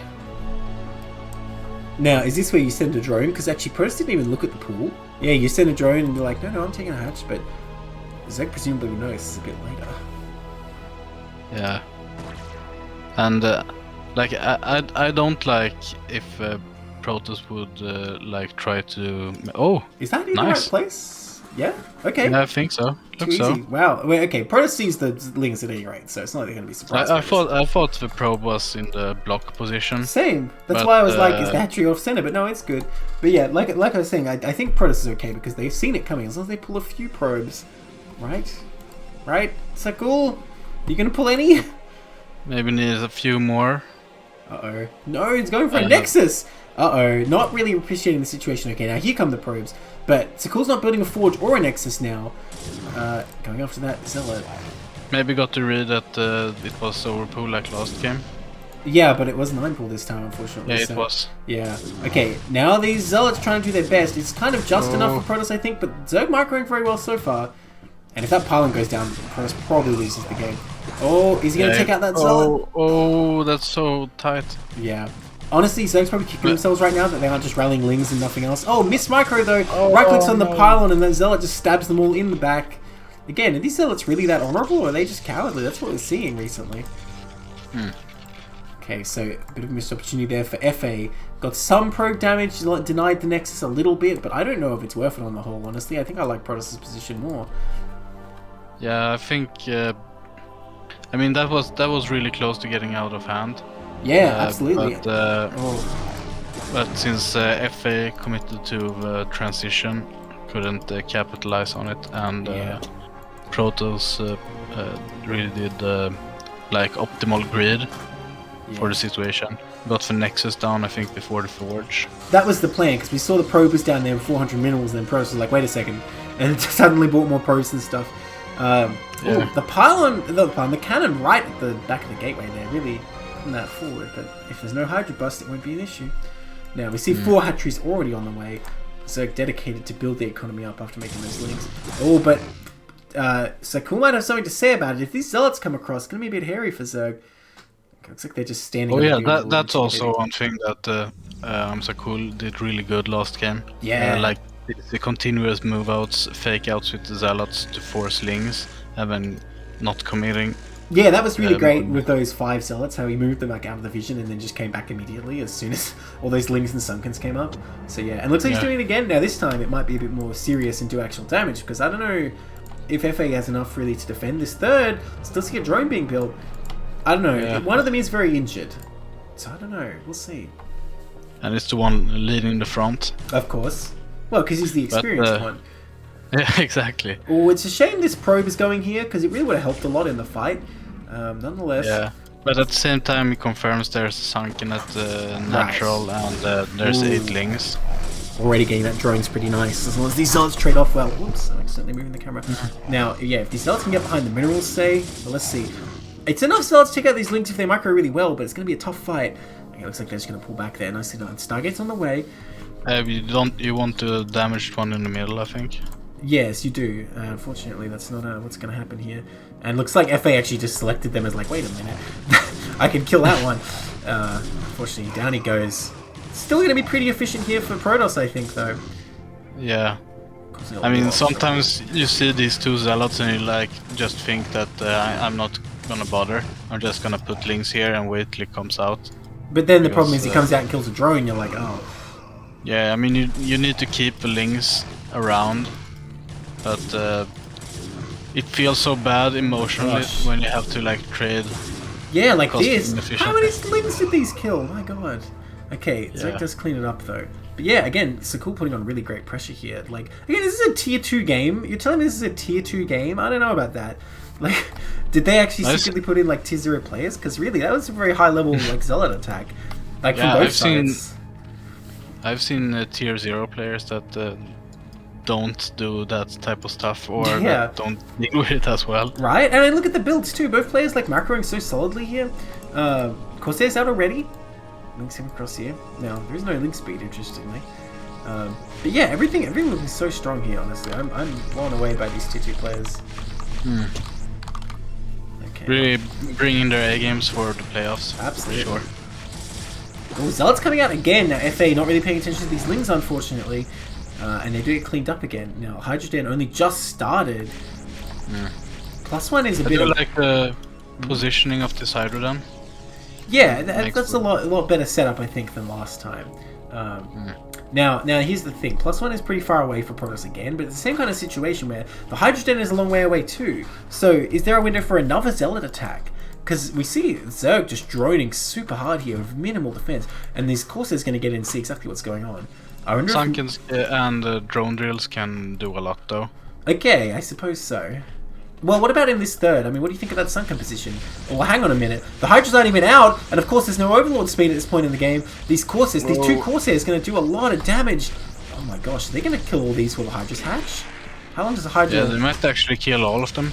Oh my gosh. Hydra about to pop, but you have two, it's only one two Hydra. Corsairs. Yeah. Oh my gosh, huge damage. That Overlord, unfortunately, getting chased on the dead ground. Well, I guess that's why they call it dead ground, because that Overlord's going to be dead real soon. Wow. Yeah, that was a very, very effective Corsair raid. It ain't over. It ain't over, says Sekul, going for another one. That Hydra was just staring at them for a minute. Did you see that? He was just sitting there like, should I do something? Okay, now needs to get out. Will that Corsair survive? Yeah, looks like it will, no problem. Really nice. A lot more decisive Corsair usage. Yes, absolutely. Well, I think there's a lot less going on right now. You know, in the other games, it was always micro in the army with the Corsairs. But nonetheless, great damage going down. Nothing being built at this base whatsoever. It's 2 supply blocks. Man, again, imagine if a DT was out right now. Just run across to this base and start destroying everything. Yeah. A DT could actually totally wreck this third. That is one thing I've been frustrated not to see from these POTUS players, and not just from Sekul here. From Tesla as well, is I think, you know, when you assess the situation you're in these games, getting the DT immediately when the Templar is done would be devastating. I think in every game we've seen. Yeah, I mean, I get the point that you want to get the Templars out for early so they can start banking up energy. Yes, I suppose that's the like safe way to play, like the macro way to play, I guess. Is the way to put it. Oh, one Overlord just dodging that. I know. And it was in his vision. It was in his vision, but unfortunately, it does get away. Yeah, but the idea with the fast DT is also that if you have the Overlords and can clear the nearby Overlords, then there's no detection to fight the Dark Templar. So it also gives security in that way. Yes, absolutely. Compared to like if you have Storm and you miss one Storm and you have no more, then you're still dead. Well, it seems to me that it's always an option for Protoss to go 2-base powering, but I wonder against these, late layer many hatch plays, is it possible to take your own third really fast with DTs and just keep the pressure on, of course, your DTs, slow down Zerg enough that you kind of end up with 3 bases or 3 base and you're in a good position there? I don't know if that works. Now, these Zealots coming out here... Sorry, you go. I definitely think that off the map control of Corsairs and the Dark Templar, you can probably like cut back on a few gateways to take a faster third while you get Templars for your gas. Like how many gates are we talking, right? Because normally Protoss goes up to 6 gates at least. Could you do less than that? Because I'm thinking if you want to keep up with these many hatches, you really got to take it pretty fast if that's what you're going to go with. Obviously, the 2-base powering, like I'm just going to get an army and deal with you is one way to do it. But if you're going to go with the 3rd base, I think you can eat it pretty fast. I think you could probably get away with like 4 and then Nexus if it's like a super kind of late lair and you have taken down a few Overlords on the map. Well, another Overlord falling right now. Yeah, I'm no expert on the topic. Fair enough. But theoretically, I think it's possible. Alright, another base going to come up here. Intriguing to me that Zerg is taking this. Now, this kind of base I only like once Zerg has like hive tech, to be honest, because it's pretty close to the Protoss and it's not that narrow if you attack from the right-hand side. I mean, I'm looking at these 2 armies and like Protoss could just come over and kill this as long as they don't try and go through the. But you can also you can set up lurkers on the plateau, and then you have like your 2 plateaus and the narrow choke, and you have like access to 6 o'clock. Possibly, but it still seems to me that it's just a bit too close to Protoss. It's going to be easy for them to put pressure on that and also threaten the natural and also the 3rd. Like, you're kind of needlessly making it kind of easy for Protoss. Because Protoss can do all that and they're kind of more or less defending their own 3rd. All these Corsairs, one falls. Ooh. Yeah, 9 o'clock is very exposed if you go for that type of setup. Well, this 9 o'clock right now is very not exposed with this SimCity and these Hydras, so Protoss not going to try it there. Taking out these few Hydras on the map. But Protoss is up on almost 6 storms now. Ooh, well, is he going to be able to throw them all out when the engagement comes? I mean, a lot of the time with CPL, we see a lot of energy with Templars just hugging the Hydras. It's very common. Yeah, I mean, definitely it's... and I think there's like a small cooldown also after you cast a storm. Yeah, it's not long though. It's relatively short. But I guess it feels like it's super long when you're Right. in panic mode, attacked by Yeah. Hydras from every direction. I would say it's like, considerably shorter than a siege tank firing interval or something like that. It's not long. But yeah, you can't just spam them out as fast as you can do feedbacks, imagine that. Oh, I don't want to. That would be great.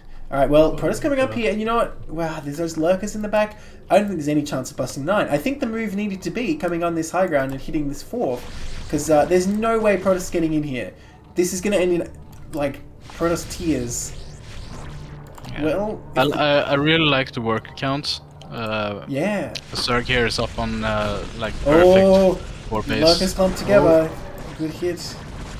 Corsairs getting taken out one by one, but the Storms are doing okay. I mean, like we were saying, you have so much energy. I find with these Storms they only hit a few units. Honestly, it's better than the Templar dying of energy. So far so good for Protoss. Really not losing much here and just chipping away a little. Needs to now saturate that third. Templar energy is on the way now too. This is a big issue for Protoss right now, though. This third's been up for a while with no workers. This is a big problem. Yeah. So Protoss effectively on 2 base with the Zerg 4, which is not what you want. 3 vs 4, Protoss can keep going. But 2 vs 4, Zerg's going to win eventually. Look at these Hydras coming in for the snipe. Where is the Storm? Sakura paying attention here. There it is. Oh, that's a juicy one. Oh no, there's Hydras. I don't know what they thought they were doing actually. They didn't really go for any Lurkers. I mean, any Templars rather. Space is still idle. And Protoss continue to build up this army.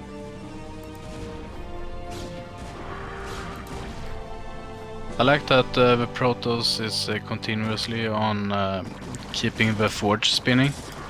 Yeah, that's very important, right? And these upgrades have been pretty critical. Again, we see Zerg with no Carapace upgrade whatsoever. And the attack upgrade is more important for Hydra Lurker, but if you're going to go into Lurkerling Defiler eventually or something like that, Carapace is going to be absolutely essential. And honestly, if you're +3 attack against Hydra's no armor, that's going to make a big difference too. I'm still just looking at this third base, waiting for the probes. The 4th Nexus starts. A handful of probes finally heading over to the third. Okay, and some from the main. So it looks like finally mining's going to start. I suppose with no gas, Protoss probably wasn't missing it that much until now, but it's still a big issue. Look at this. Hydra's heading up to clear out this top left. Will they be able to though? Hang on, who wins that fight? Oh my gosh. Go Zealot, go. Oh. Wow. Zealot wins. Zealot's pretty good. Oh no, but now there's 3. He could take 2, but he can't take 3. Yeah. And that will clear that out. And so Zerg even taking a 5th here. Now Protoss is taking the 4th Nexus, but the minerals are so low here. Again, I'm looking at this. I'm sure Protoss could come and hit this third. Like, the Lurker field is nowhere near it, right? And it's not narrow enough that Zerg can reinforce time. He's going to hit the army, come straight in for the fight here. Where are the Storms? We need some pretty great Storms here. The Zealots running in and taking a lot of damage from these Lurkers. Yeah, no, this is not going to I agree with you. Going over the plateau into the third is probably a stronger move here. Well, there's just nothing over there, right? Oh, Yeah. Storm! Nice, Storm! Storm's an observer to no, death. Vops. It's worth it, honestly, for that many Hydras, it's totally worth it. Yeah, that was a pretty good fight. That was a money shot. Yeah. But now we can't move forward without an observer. Even if he did add an observer, I don't think he should anyway. Now look at these goons going up to deny this top left. That's not normally the unit you send to harass outlying bases, but they get the job done. And clear that out. So, I mean, Protoss is maintaining the containment of Zerg's base count. Oh, nice snipes. Well, probably a pretty even trade for that many Hydras. No, that was some really nice storms. Now, again, Protoss with this problem. They've taken a 4th, but there are no probes there. The probe count is just right for being on 4 bases, but they're not where they need to be. And Protoss not mining from this third gas.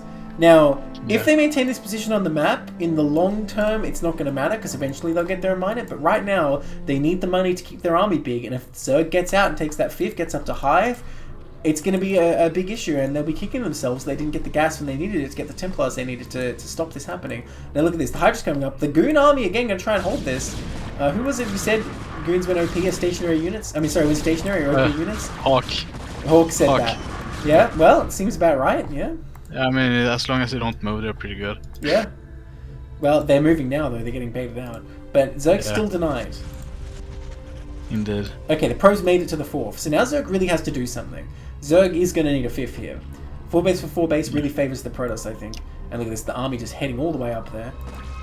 Yeah, I think like since Protoss is kind of forced into one. Oh no, not Zealots first into lurkers. Yeah, no, the goons could have attacked that very efficiently because there's no Hydras. I mean, nonetheless, Protoss is kind of powering through. Where are the Templars? Only 3 Templars here, but I mean, everything's out of position for the Zerg. Okay, so needs storms on those Hydras. Oh, move. That's not the storm. But, I mean, it's something. Okay, there you go. Oh, yeah, don't storm the Observer. There is no Overlords here, so it's not like Zerg's about to take it out. A DT somehow arrived at this point. And, I mean, Protoss is kind of smashing through this Lurker field right now. Just needs to reinforce with the Zealots. Oh, look at those Lurkers. You need to storm that. You need to storm it. Come on. Oh, my gosh. No storms going down here. There it is. Storms the goon. Okay, there we go. Wow. Protoss just devastated this position, and Zerg didn't even take the top left to show for it. The goons are still standing strong. Yeah, Now, Protoss does really need to reinforce this. I will say, having lost all the Zealots, it's not the worst thing in the world because Protoss is more gas-starved right now. So as long as he can replace them before the next fight, it's kind of alright. And look, here they come. Just heading out now. We see Zerg at +2 missile. Protoss hasn't hit +3 attack just yet. Oh, I should realize reduction time was on the whole time. Sorry, people, after what I said. and +1 Carapace is about to be done. Look at these Hydras and Zealot at the 12 o'clock, just in the standoff. The live and let live. Okay, more Lings coming out here. Oh, Corsair as well. They're not lasting forever this game. How many kills does that 1 HP one have? 0. Disappointing. 4 kills another one though. Oh, he dies. Okay, but now just before the Protoss attacked into the Lurker field, I was about to say that... Wait a minute! There's no cannons at the 3 o'clock! There's literally nothing here! What the hell? Okay, meanwhile... Just the Vulture pylon wall. Yeah, right, like he's playing TVP. You want a cannon behind that anyway, to be honest. But, like, Protoss is determined to attack into the freaking, like... I don't even know what you call this base. The Zealot graveyard. But, I mean, at the same time, Zerg might do a lot of damage if you know Zealots come up to clean this up. Lurker's flanking. Where are the storms? You need to throw the storms out. Oh, there it is. That's a great storm. And another one. Still needs more. There it is. It's very hard to attack up this high ground. Yeah, this was a big mistake from Protoss. Attacking into that. There's no universe in which attacking into this base is a good move, to be honest. Like, I think you just have to look at this and say, okay, Zerg's going to mine that out, so I'm going to win some other way. You know, that's all you can say about that. Now, Protoss does still have the economy, Zerg still no 5th base, the Goon DT army is still holding this top area, but Protoss really needs to remake a big army. I don't know if the macro's been slack or what's been going on, but not much reinforcements have been coming out. And if Zerg is able to build a big Hydra Lurker army up again, and Protoss is stuck on like 150 supply, it's going to be very hard not to get crushed in a big engagement. Oh my gosh. Yeah, I mean, now... Goon DT army. The time is a bit on FA's side here, since Hive is up, the Filer tech is ongoing, Consume just was researched. Well, that said, Protoss is up on bases though, or even on bases, which in my opinion is the same thing as up on bases in this matchup. Yeah, but also it's equal on upgrades, and as the Zerg has a more mobile and like potentially active army. That's true. Higher techs. So oh my God, it can still be turned around with some very nice play. Oh no, not all the overlords. Not all the overlords. Get them home. Only lost a couple. And look, again, Zerg is gas starved as well comparatively, so not the biggest deal. Look, I agree with you that Zerg can make the superior composition here soon, but the problem is they do need to take a base. And okay, it's going to be the 6 o'clock is the choice. Look, there's not many Hydras around right now. Man, these overlords having a bad day. Yeah. I mean, with some links you can clean up 11 o'clock and take the main and Nat there. Well, there are DTs there though. The DTs do a lot. Yeah, overlords would also be needed. Oh, unguarded probes. Oh, no cannons being built again. Sekul, the most cannon-shy Protoss in the PvC I've ever seen. Well, never mind the probes. That Nexus going to survive? Oh, the drill. No, he just runs away. Focus fire Nexus. No, they're going to get cleaned up here, it looks like. Oh, well, here we go, getting on that Nexus. That's so fast. Yeah, it's going down, but okay, looks like it'll survive.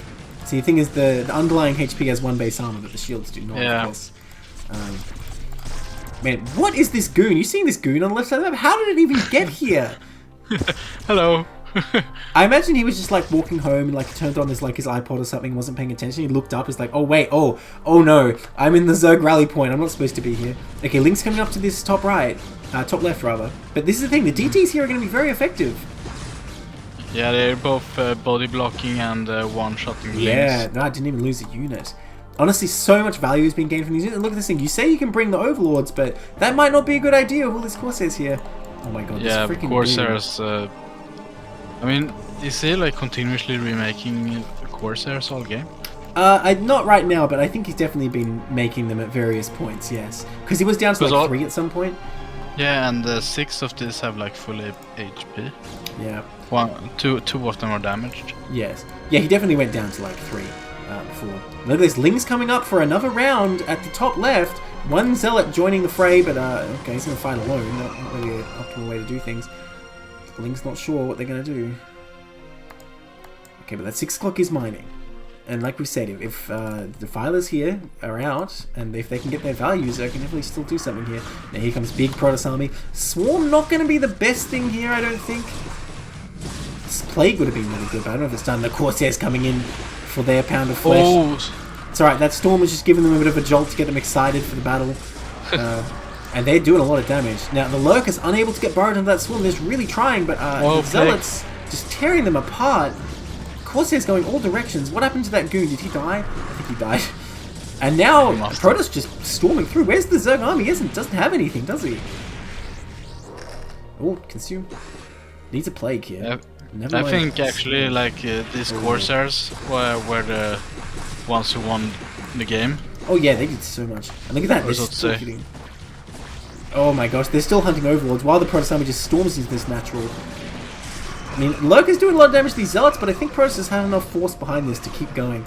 Oh my gosh, these Corsairs. Crazy. Yeah, I mean the late game Corsairs just like tearing down all the Overlords. I think they gave tons of space and also value to the Dark Templars. Which I think is why the Zerg army wasn't as big here. Well, couldn't like produce. Yeah. The Goon squad that went to the top left was actually instrumental. I mean, obviously the DTs backed them up a lot, but I'm surprised the like 6 Goons or whatever it was did such a good job. GG, another 2-0. Wow. Yeah, the top left army and the Corsairs, I think, were the MVPs in that match. Yeah, I'm inclined to agree. And that makes it a 3-0 so far for Korean Mechanics. They're crushing it in Tier 2. That was yeah, like fairly one-sided series compared to the first couple we had. The cycle didn't look as good in that game, but still really just took it. Yeah. Alright, we're going to jump into our last series of the night. Can Pool Lifeguards get any at all here in Tier 2? I'm hoping they can make some of a comeback. If it's like, 19-0, it's not going to be a great series. Mm.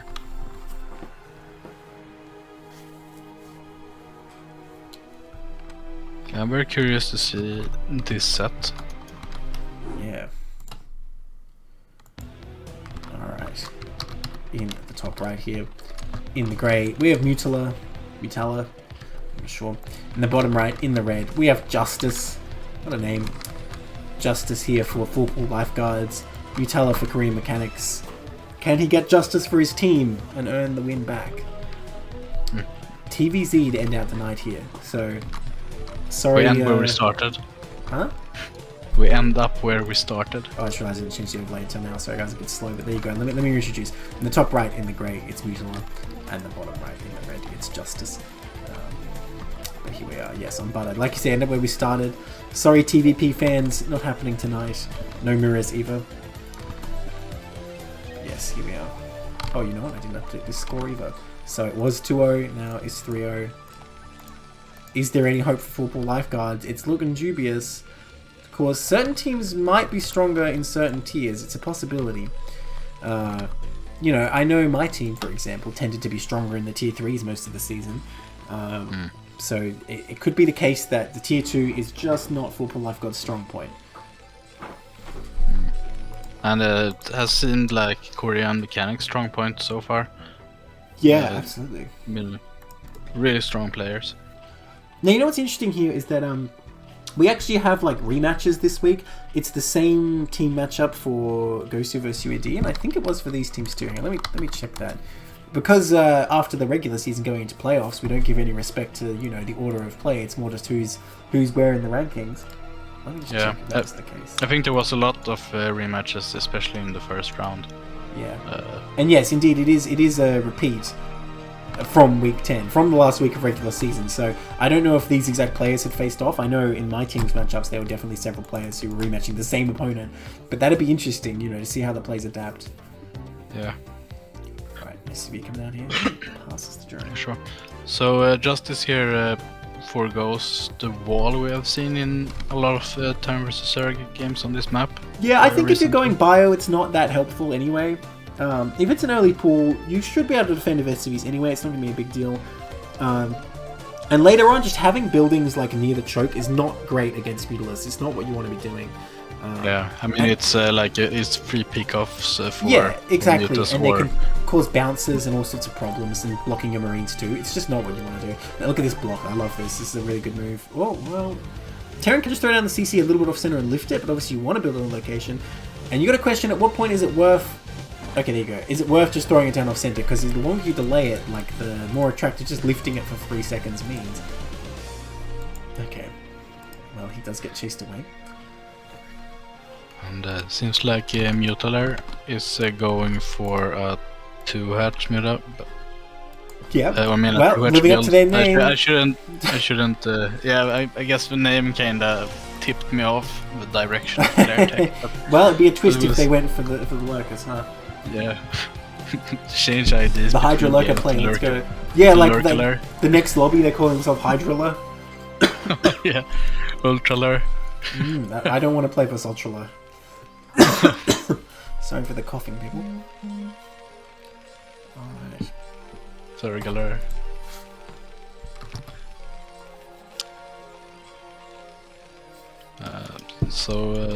Interesting. Starter. It's an eBay coming up for Terra, not an Academy, right?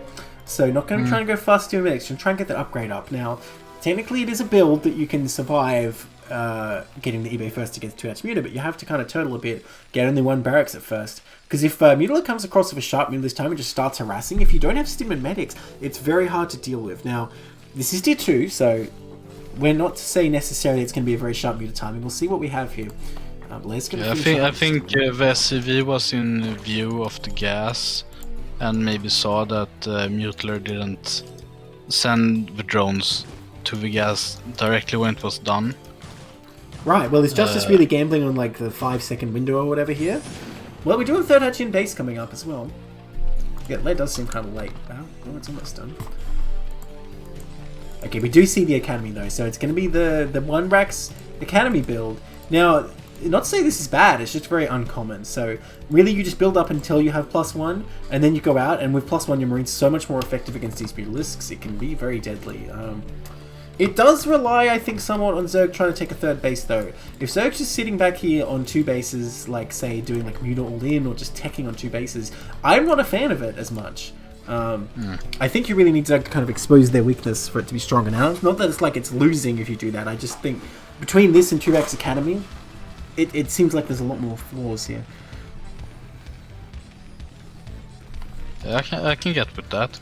I'm looking at this like wireframe with the Academy building. Oh, it finished. There was like some weird little laddery bits, and I'm like, does he get out of the SCV suit and climb up there? Like which That would be cool. Which map has like breathable air, right? Obviously the space tile set does not.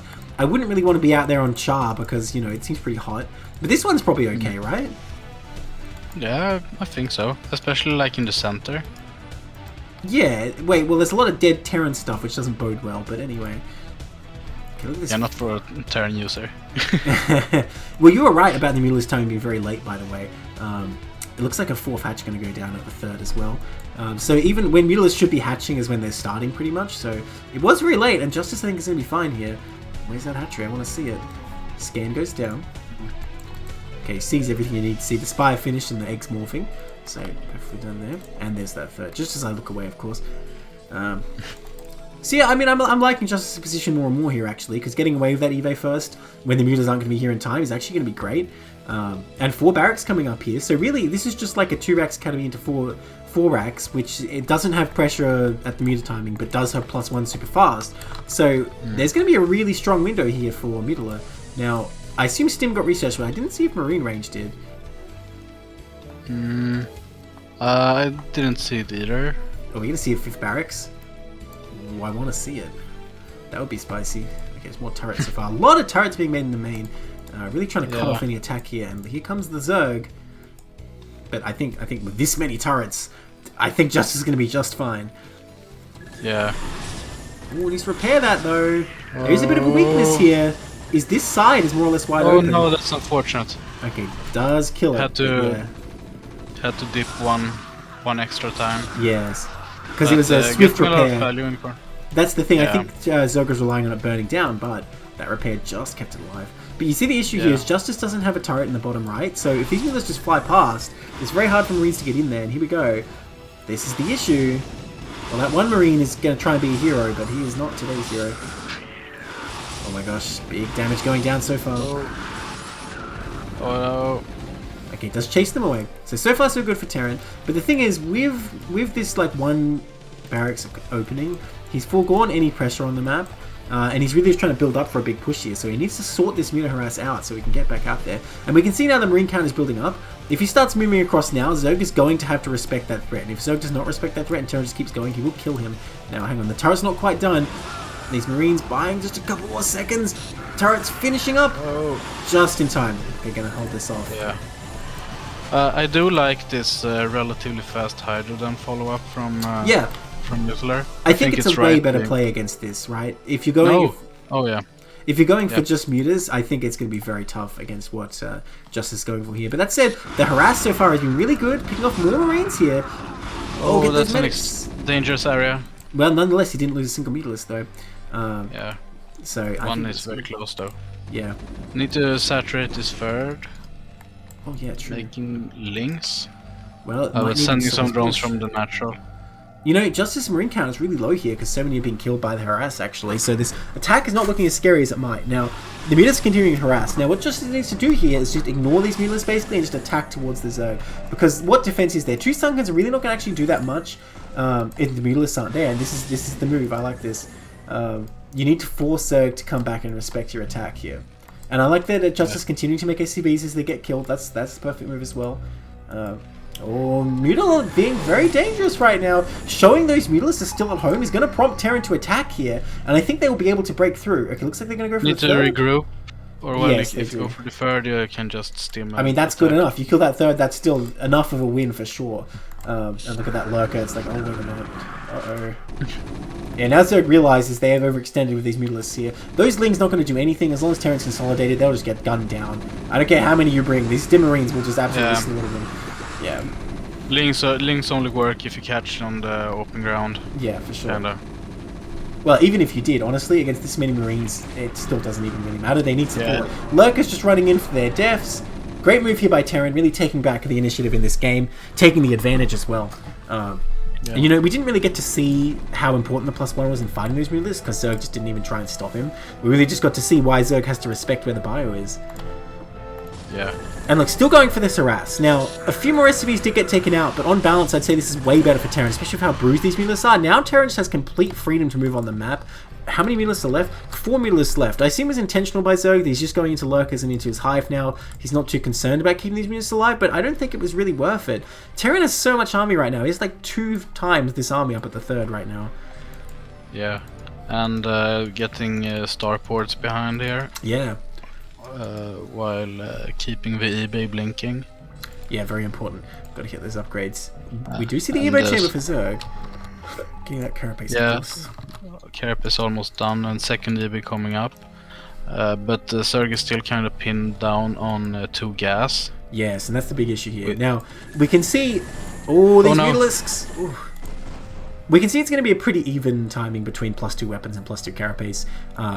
But with how poor Zerg's economic situation is, I think Terran's going to be just fine with that and should be able to gun down any paltry amount of Ultralists you can make on 2 bases here. So I hope Mutala goes for Defilers, because I think that's really only option here until you get more gases. But look at this. The Marines getting in the contained position do need to spread out a bit. The Medic's going to hug the enemy to death, trying to learn from Protoss. Okay, needs a scan here. It's a decent spread. Okay, pulls back.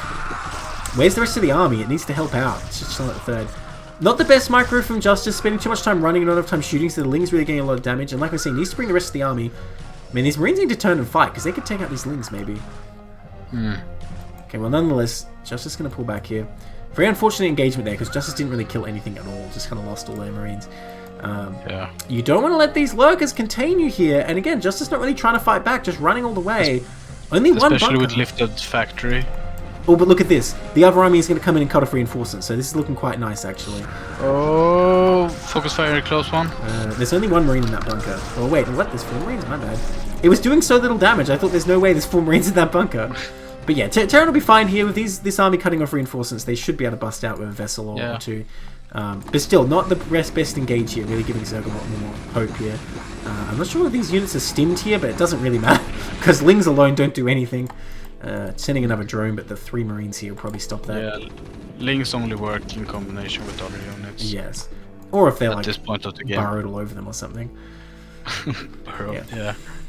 Okay, looks like these top left Marines will get cleared out. Now, Terran has had the time to build up more because this third's been so delayed.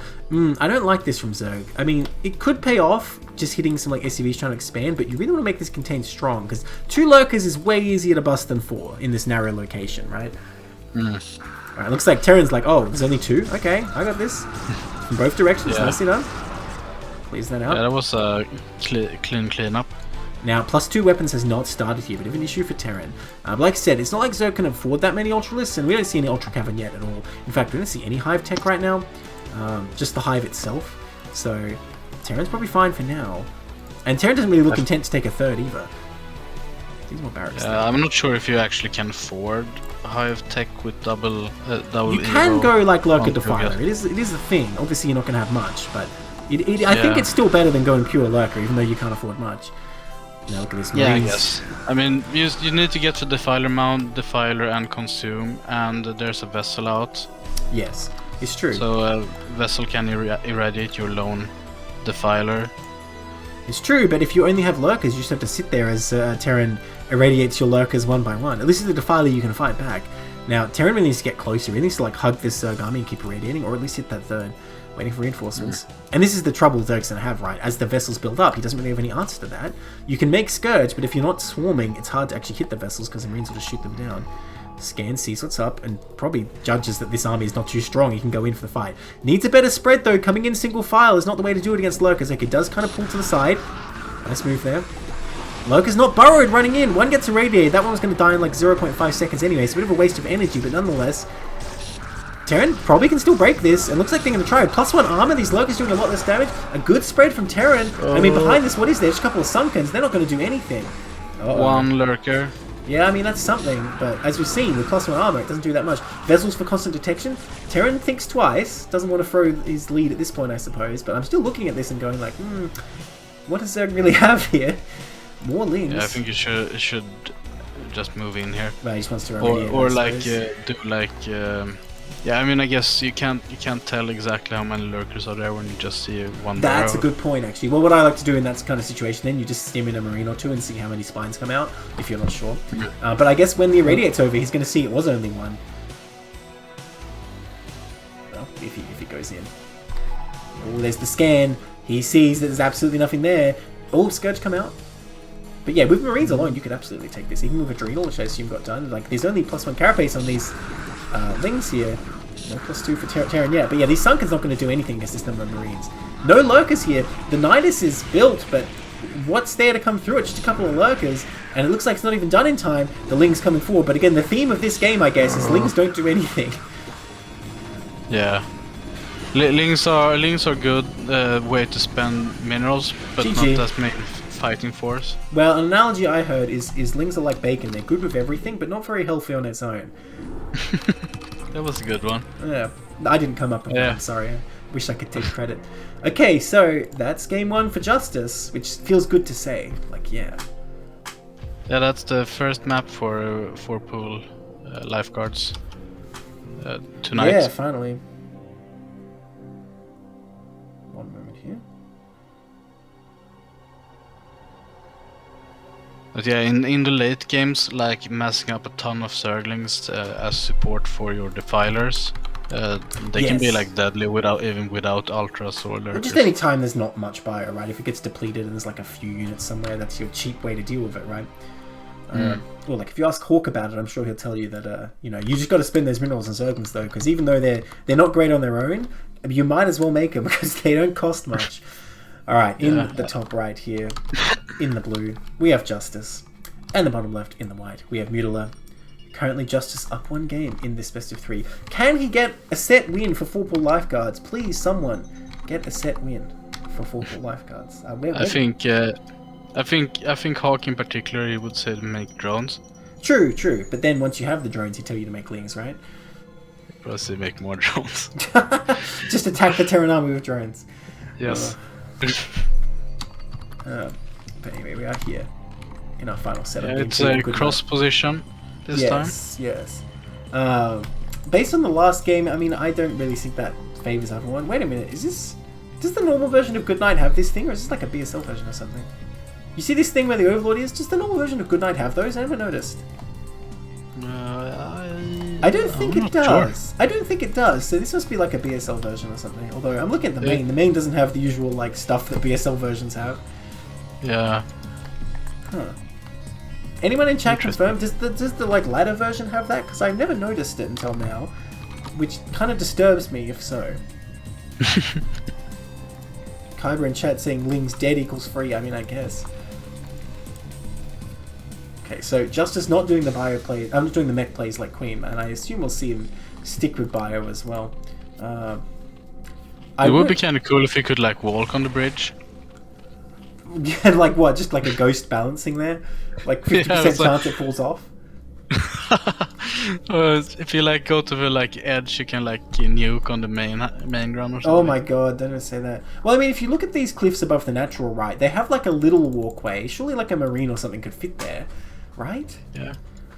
By the way, is Zoe going for this overpool, or what was it? Was it a 9 pool? No, surely it's an overpool. Wait, no, that was a 9 pool. Okay. Yeah, that was a 9 pool. Oh. I'm pretty sure now. Man, everyone's expecting the proxy on Goodnight. You know, for my series, I thought about it. I thought about doing an 8 racks on Goodnight, but I mean, spoilers, I guess. But I thought they're gonna expect it, so I didn't do it, and I guess I was right because everyone is expecting an 8 racks here. Yeah, that's interesting. I think I've never faced an 8 racks on this map. Really? Well, count yourself lucky, I guess. In fact, I have done it in CPL even. I think I won that game, so... Okay, no, I've done various. I've done a lot of A-Racks, man. I guess I'm just a cheesy player. I've done it on Goodnight in CPL matches, and I both won and lost doing it. Yeah. I've gotten an 8-racks the last few months, a few times, but never on this map. Interesting. I would have thought any 4-player map is, like, always prime territory for Terran to try and do that. Unless, you can't build in the middle or something. Yeah. Yeah, I mean, the center is very proxyable. Yeah, seems like... Alright, well, Terran was prepared for this, no problem. Oh. Great response. Easily blocks that. But look at this third hatch. That's an interesting follow-up. Now, this is where it's kind of weird. So this is like a bit about... this is like similar to how pros play on Eclipse, I guess. Yeah. But I'm just thinking, imagine if what Terran did is when they see it's an early hatch, they just put down a second barrack. Oh, is that a second barracks? That's kind of sad. If you just put down a second barracks at like 12 supply, you could come across with like 12 Marines and a few SCVs, and I don't think Zerg would actually be able to stop that because they have no link speed or anything. Of course, Terran doesn't want to do that blind, because what if Zerg just stays on 2 base, takes the lair, then you're like, oh, they have 1 sunken and I'm dead. So that's obviously not what you want to try and do, but I'm just thinking, with this third hatch, if that's what Terran had done, I think Zerg would actually die. Maybe it's since it's cross position. Yeah, true. Trying to do something like that. That is an excellent point. I know that like there are 2 ways Terrans play against 9 pool. Either they block the ramp with SCVs and then they make the CC on the high ground, or they like drop down the second racks immediately and go for a stim timing. Yeah, I mean, I'm a fan of staying on the 1 base and going for a stim timing, but it is a bit fragile and tricky, and cross positions is dicey. But I'm thinking of not even stim, just like, oh, here's Marines and SCVs, like, gonna die now. Because Zerg is droning super hard here. Like, they literally made their initial links, and then they're making hatcheries and drones. And again, Terran doesn't want to do this blind, because it could lead to defeat very easily if Zerg just made, like, a sunken and is teching, you're in real trouble, but... it seems like Mutila's play here is really risky and it might pay off. Okay, it's true. And like, if you make 6 links and you come to the Terran choke and it has 5 SCVs there, Yeah. you're not super inclined to make more links. Yeah, and also you're kind of saying, well, okay, he's pulling like 5 SCVs, and like, even after he killed some, Terran placed them. So Terran's economy has not been great.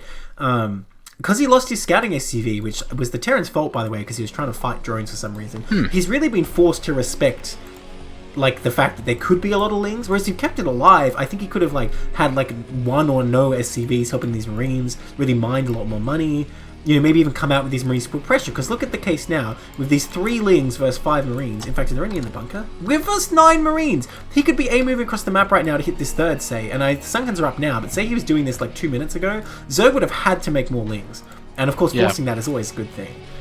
But this just goes to show how important it is to keep that scouting SCV alive, and even more so when you're up against a pool first build. So, really big error here from Justice to lose that SCV, but having lost it, he's kind of playing logically not having that info. Yeah. At home here, we're getting a lurker build from Mutaler. Oh, he's not living up to his name. You're right, he should have changed his name. Lurker? That doesn't really work. It's definitely a curveball thrown in here. I actually like that follow-up here from, free hatcheries. You have a lot of larvae and it's cross position. I'm not sure how I feel about this because look at the double Evo. Oh my god.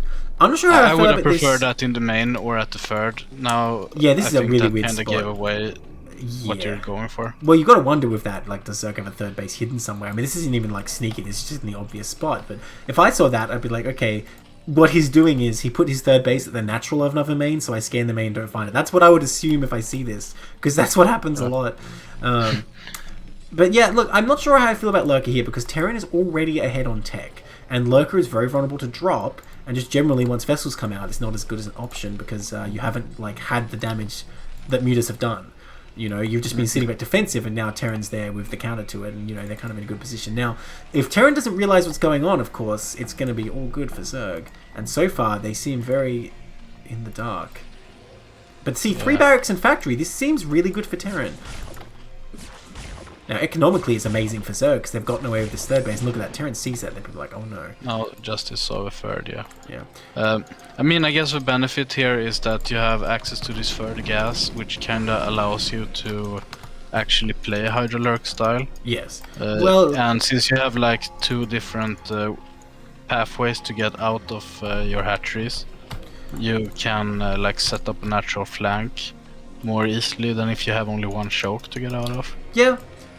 I mean, okay, look, if Terran figures out what's going on, they can get a bunch of tanks here, and I think, you know, like a 3-tank push is still going to be devastating, even with the good economic position of Zerg here, just because it's going to hit kind of comparatively sooner, because Zerg open with this 9 pool. What are Terran upgrades like? Like, is that just +1 going now? Because one thing's very important against Hydra Lurker is good upgrades, but Terran upgrades are not great. +1's only halfway done. And like, these Sunken's easily going to hold here. Of course, you can't hit the high ground of the ramp, but these Terran is still with some map control. Terran is getting double starport behind here. Yeah, see, I'm not a fan. I think it's Hydra Lurker. Double factory is the way to go. Double factory, armory. Just get those tanks. Tanks are good units against Hydras. Yeah, tanks are very good. And against Lurkers, obviously, too.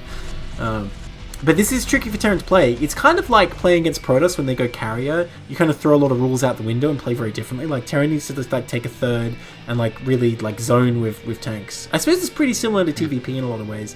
You just kind of build up the tank count and have to like defend and then make sure their Zerg army can't backstab you.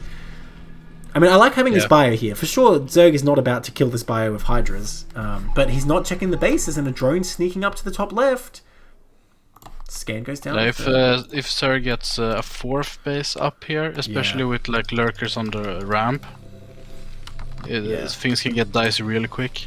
Double science facility, I can only assume is a mistake, unless he's going to get covert ops and physics lab. Okay, Hydra Lurker coming out. You can BC. Okay, Hydras and Lurkers coming out. This looks pretty bad for the Zerg. Where's the scan? Oh, nice targeting with the Lurkers, actually targeting at the same location. Terran could absolutely have taken that with a little bit more micro, I feel, if they just spread a little bit, but unfortunately quite a bit flat-footed, did not scan, did not focus the Lurkers, allowing Zerg to have a really efficient engage there. Yeah, I think got taken a bit off Focus guard, the was probably lurkers! doing something else. Man, Justice does not want to shoot lurkers. I mean, I don't know, he did stim, so it's not like he didn't see it happening, right? He stimmed for the fight. Yeah, there was activity there. Yeah. Anyway, the double facility is done. Only one eBay though. Need to see that +2 weapons. Very important. There it is. Just starts. No, that's +1 armor. That's a mistake. I think you need to get +2 weapons as the priority. Even though lurkers 2-shotting obviously is a big deal, just having like you know the time you need advantage.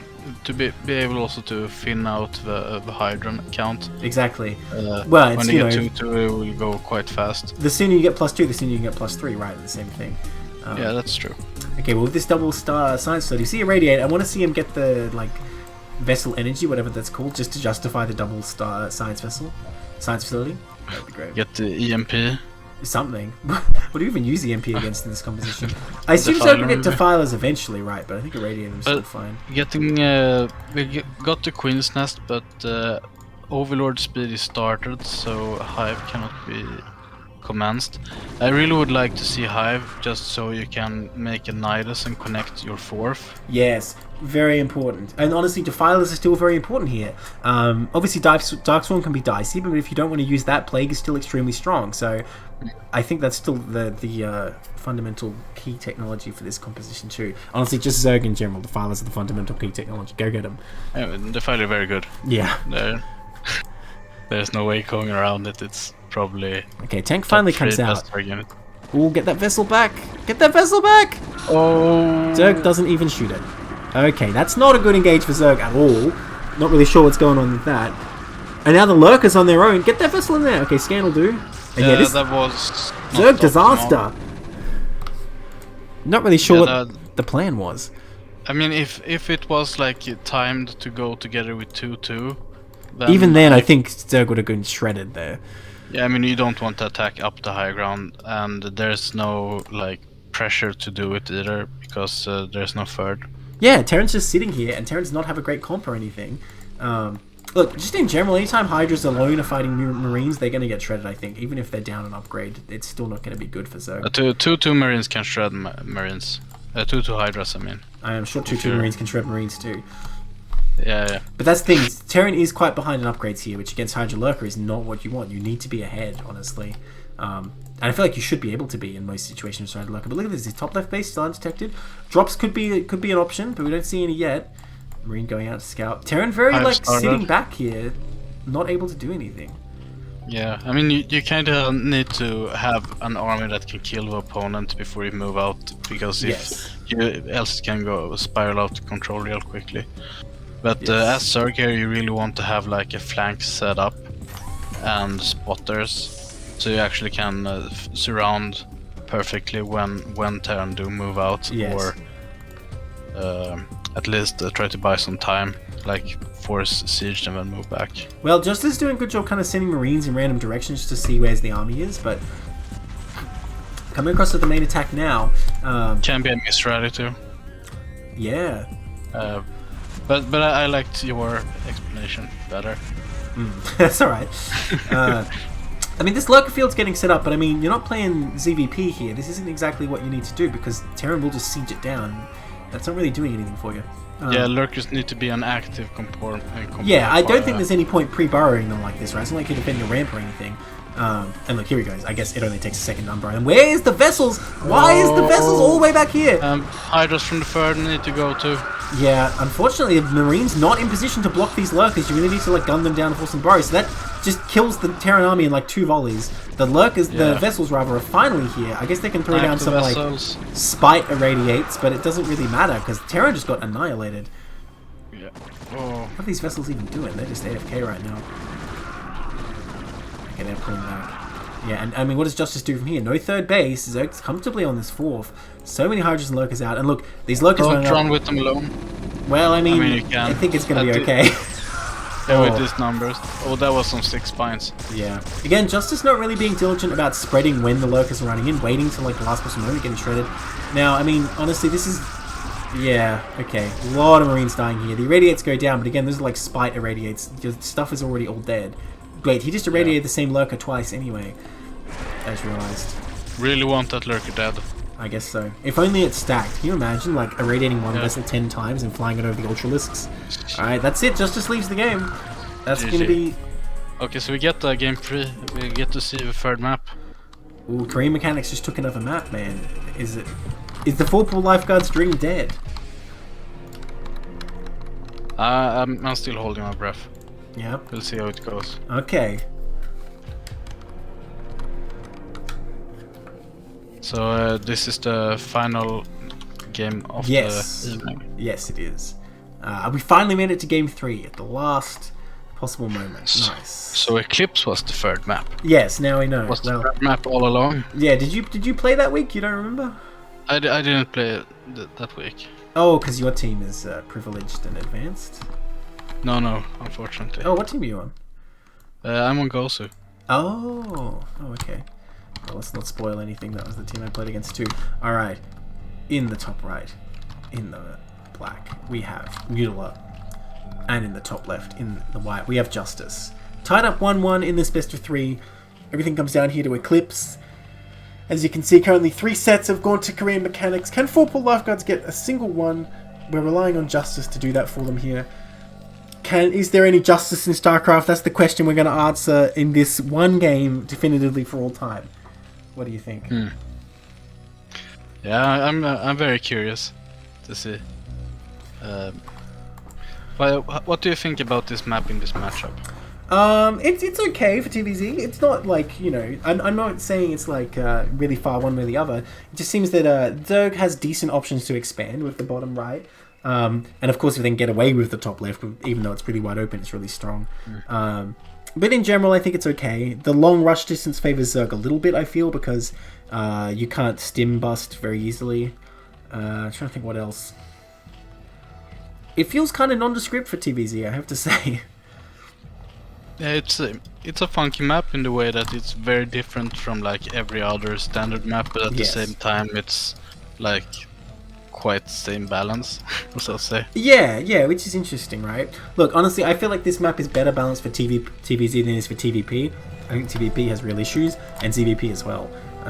So let's just say Eclipse was a success for TVZ.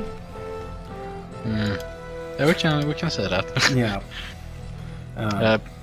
But like most modern Zerg versus Terran styles, they build a lot on being able to get two expansions quite cheaply off the back of the filer, and you can't really do that on this map.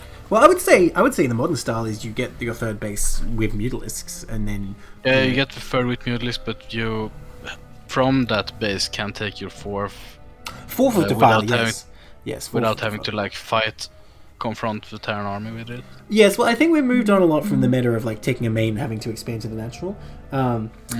For now, it seems to me the more popular option is you just go with 3 bases and tech to your hive, and then from there, a lot of the time we see people go for Ultralisk with 3 gats, which before was not really such a popular strategy.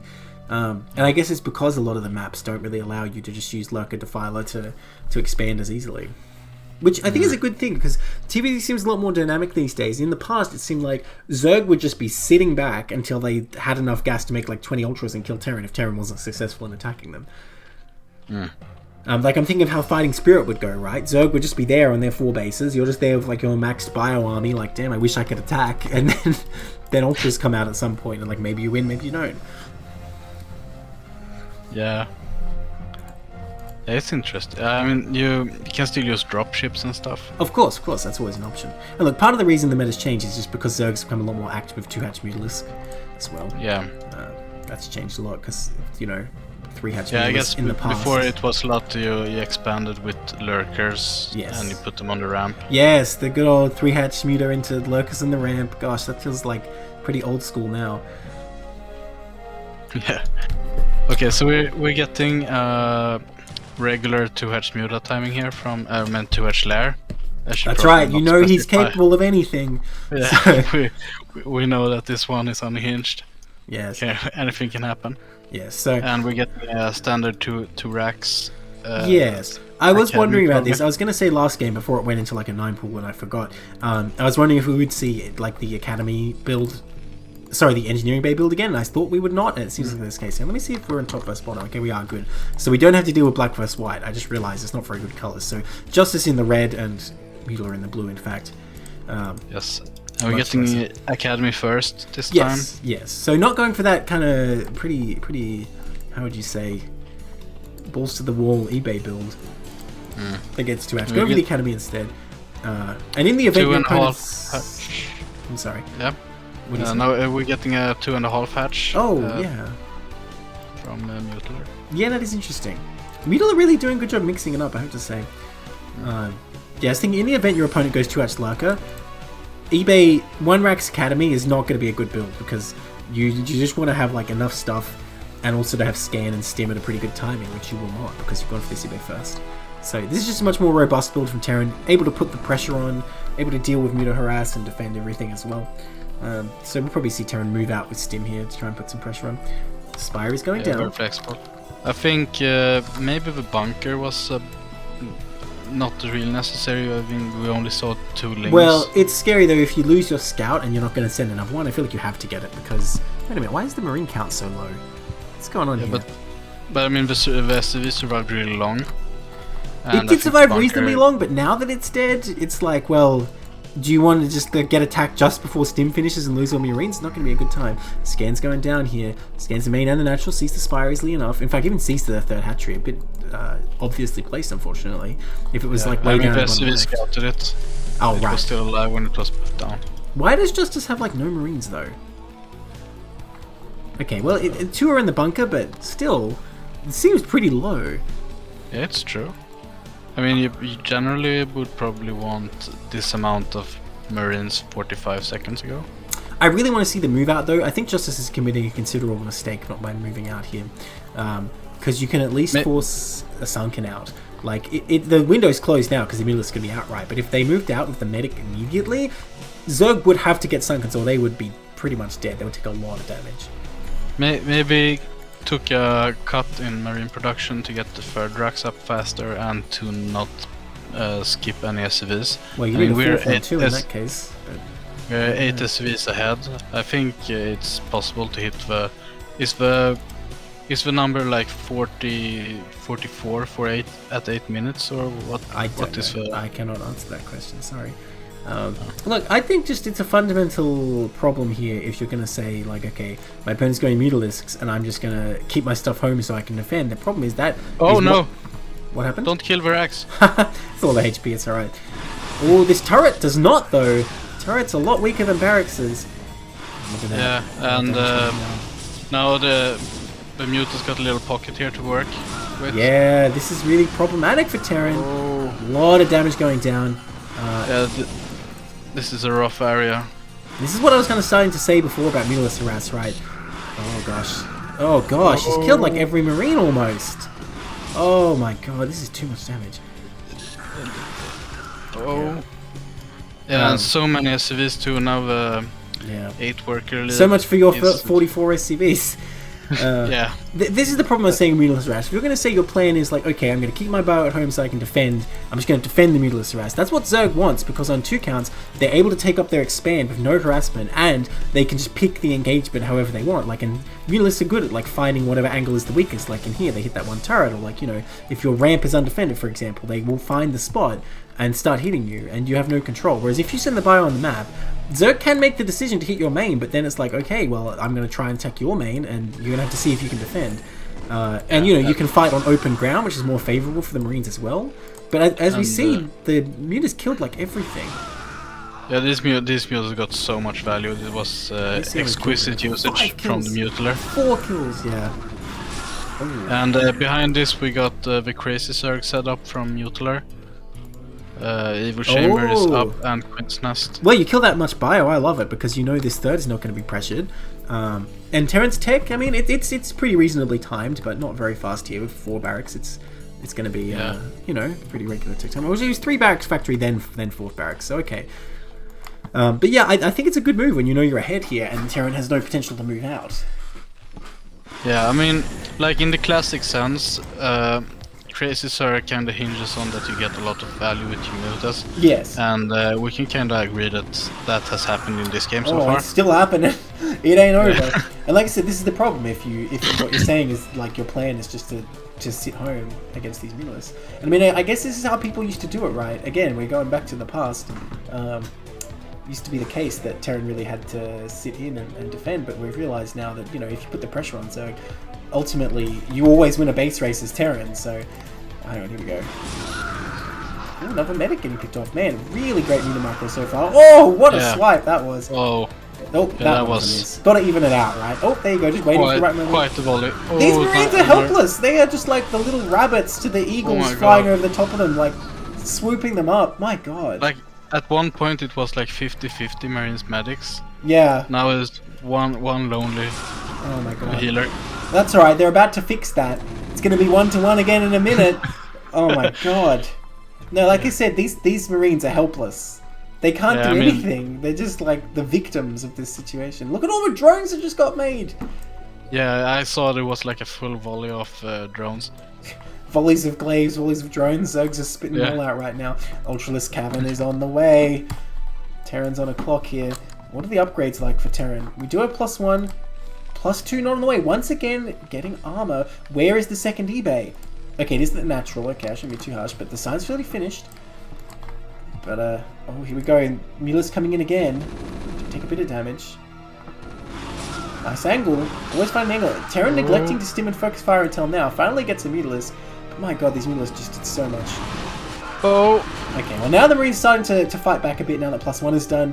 You can see they're doing a lot better. But the Mutalisks have done their job. They don't need to do any more. Yeah, I mean, and there's still sufficient amount of mutas. And taking the top left for the double gas.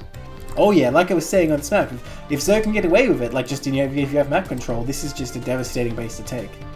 I mean, Terran can do this rather than Marines. There's not a lot of Sunkens, so if Terran can overcome the Mutalisks before the Ultras are out, they can bust this pretty easily.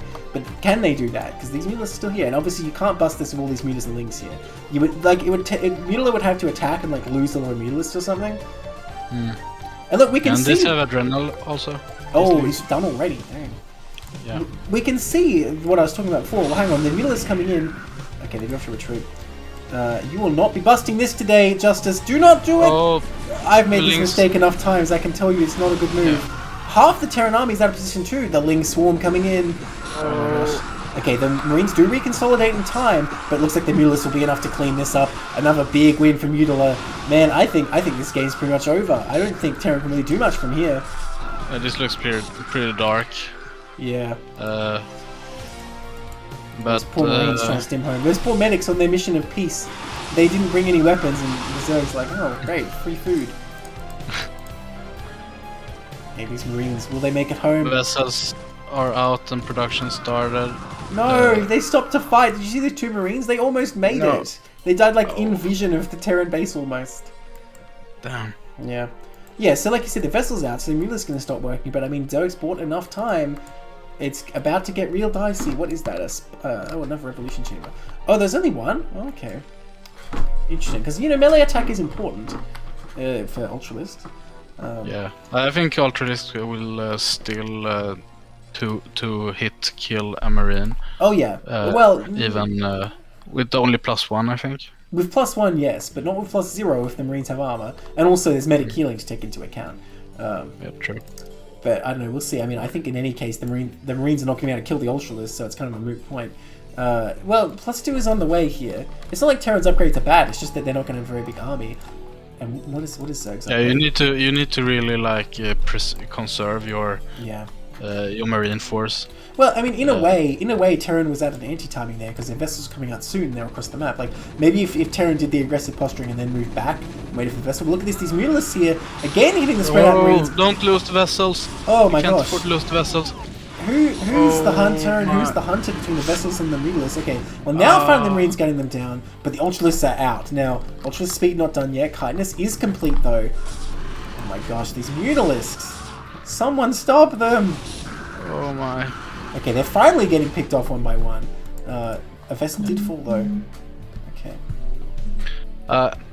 thinking about this top left expansion, I remember when Optimizer came out, and I was thinking that this map would be hilarious to do Crazy Zerg on.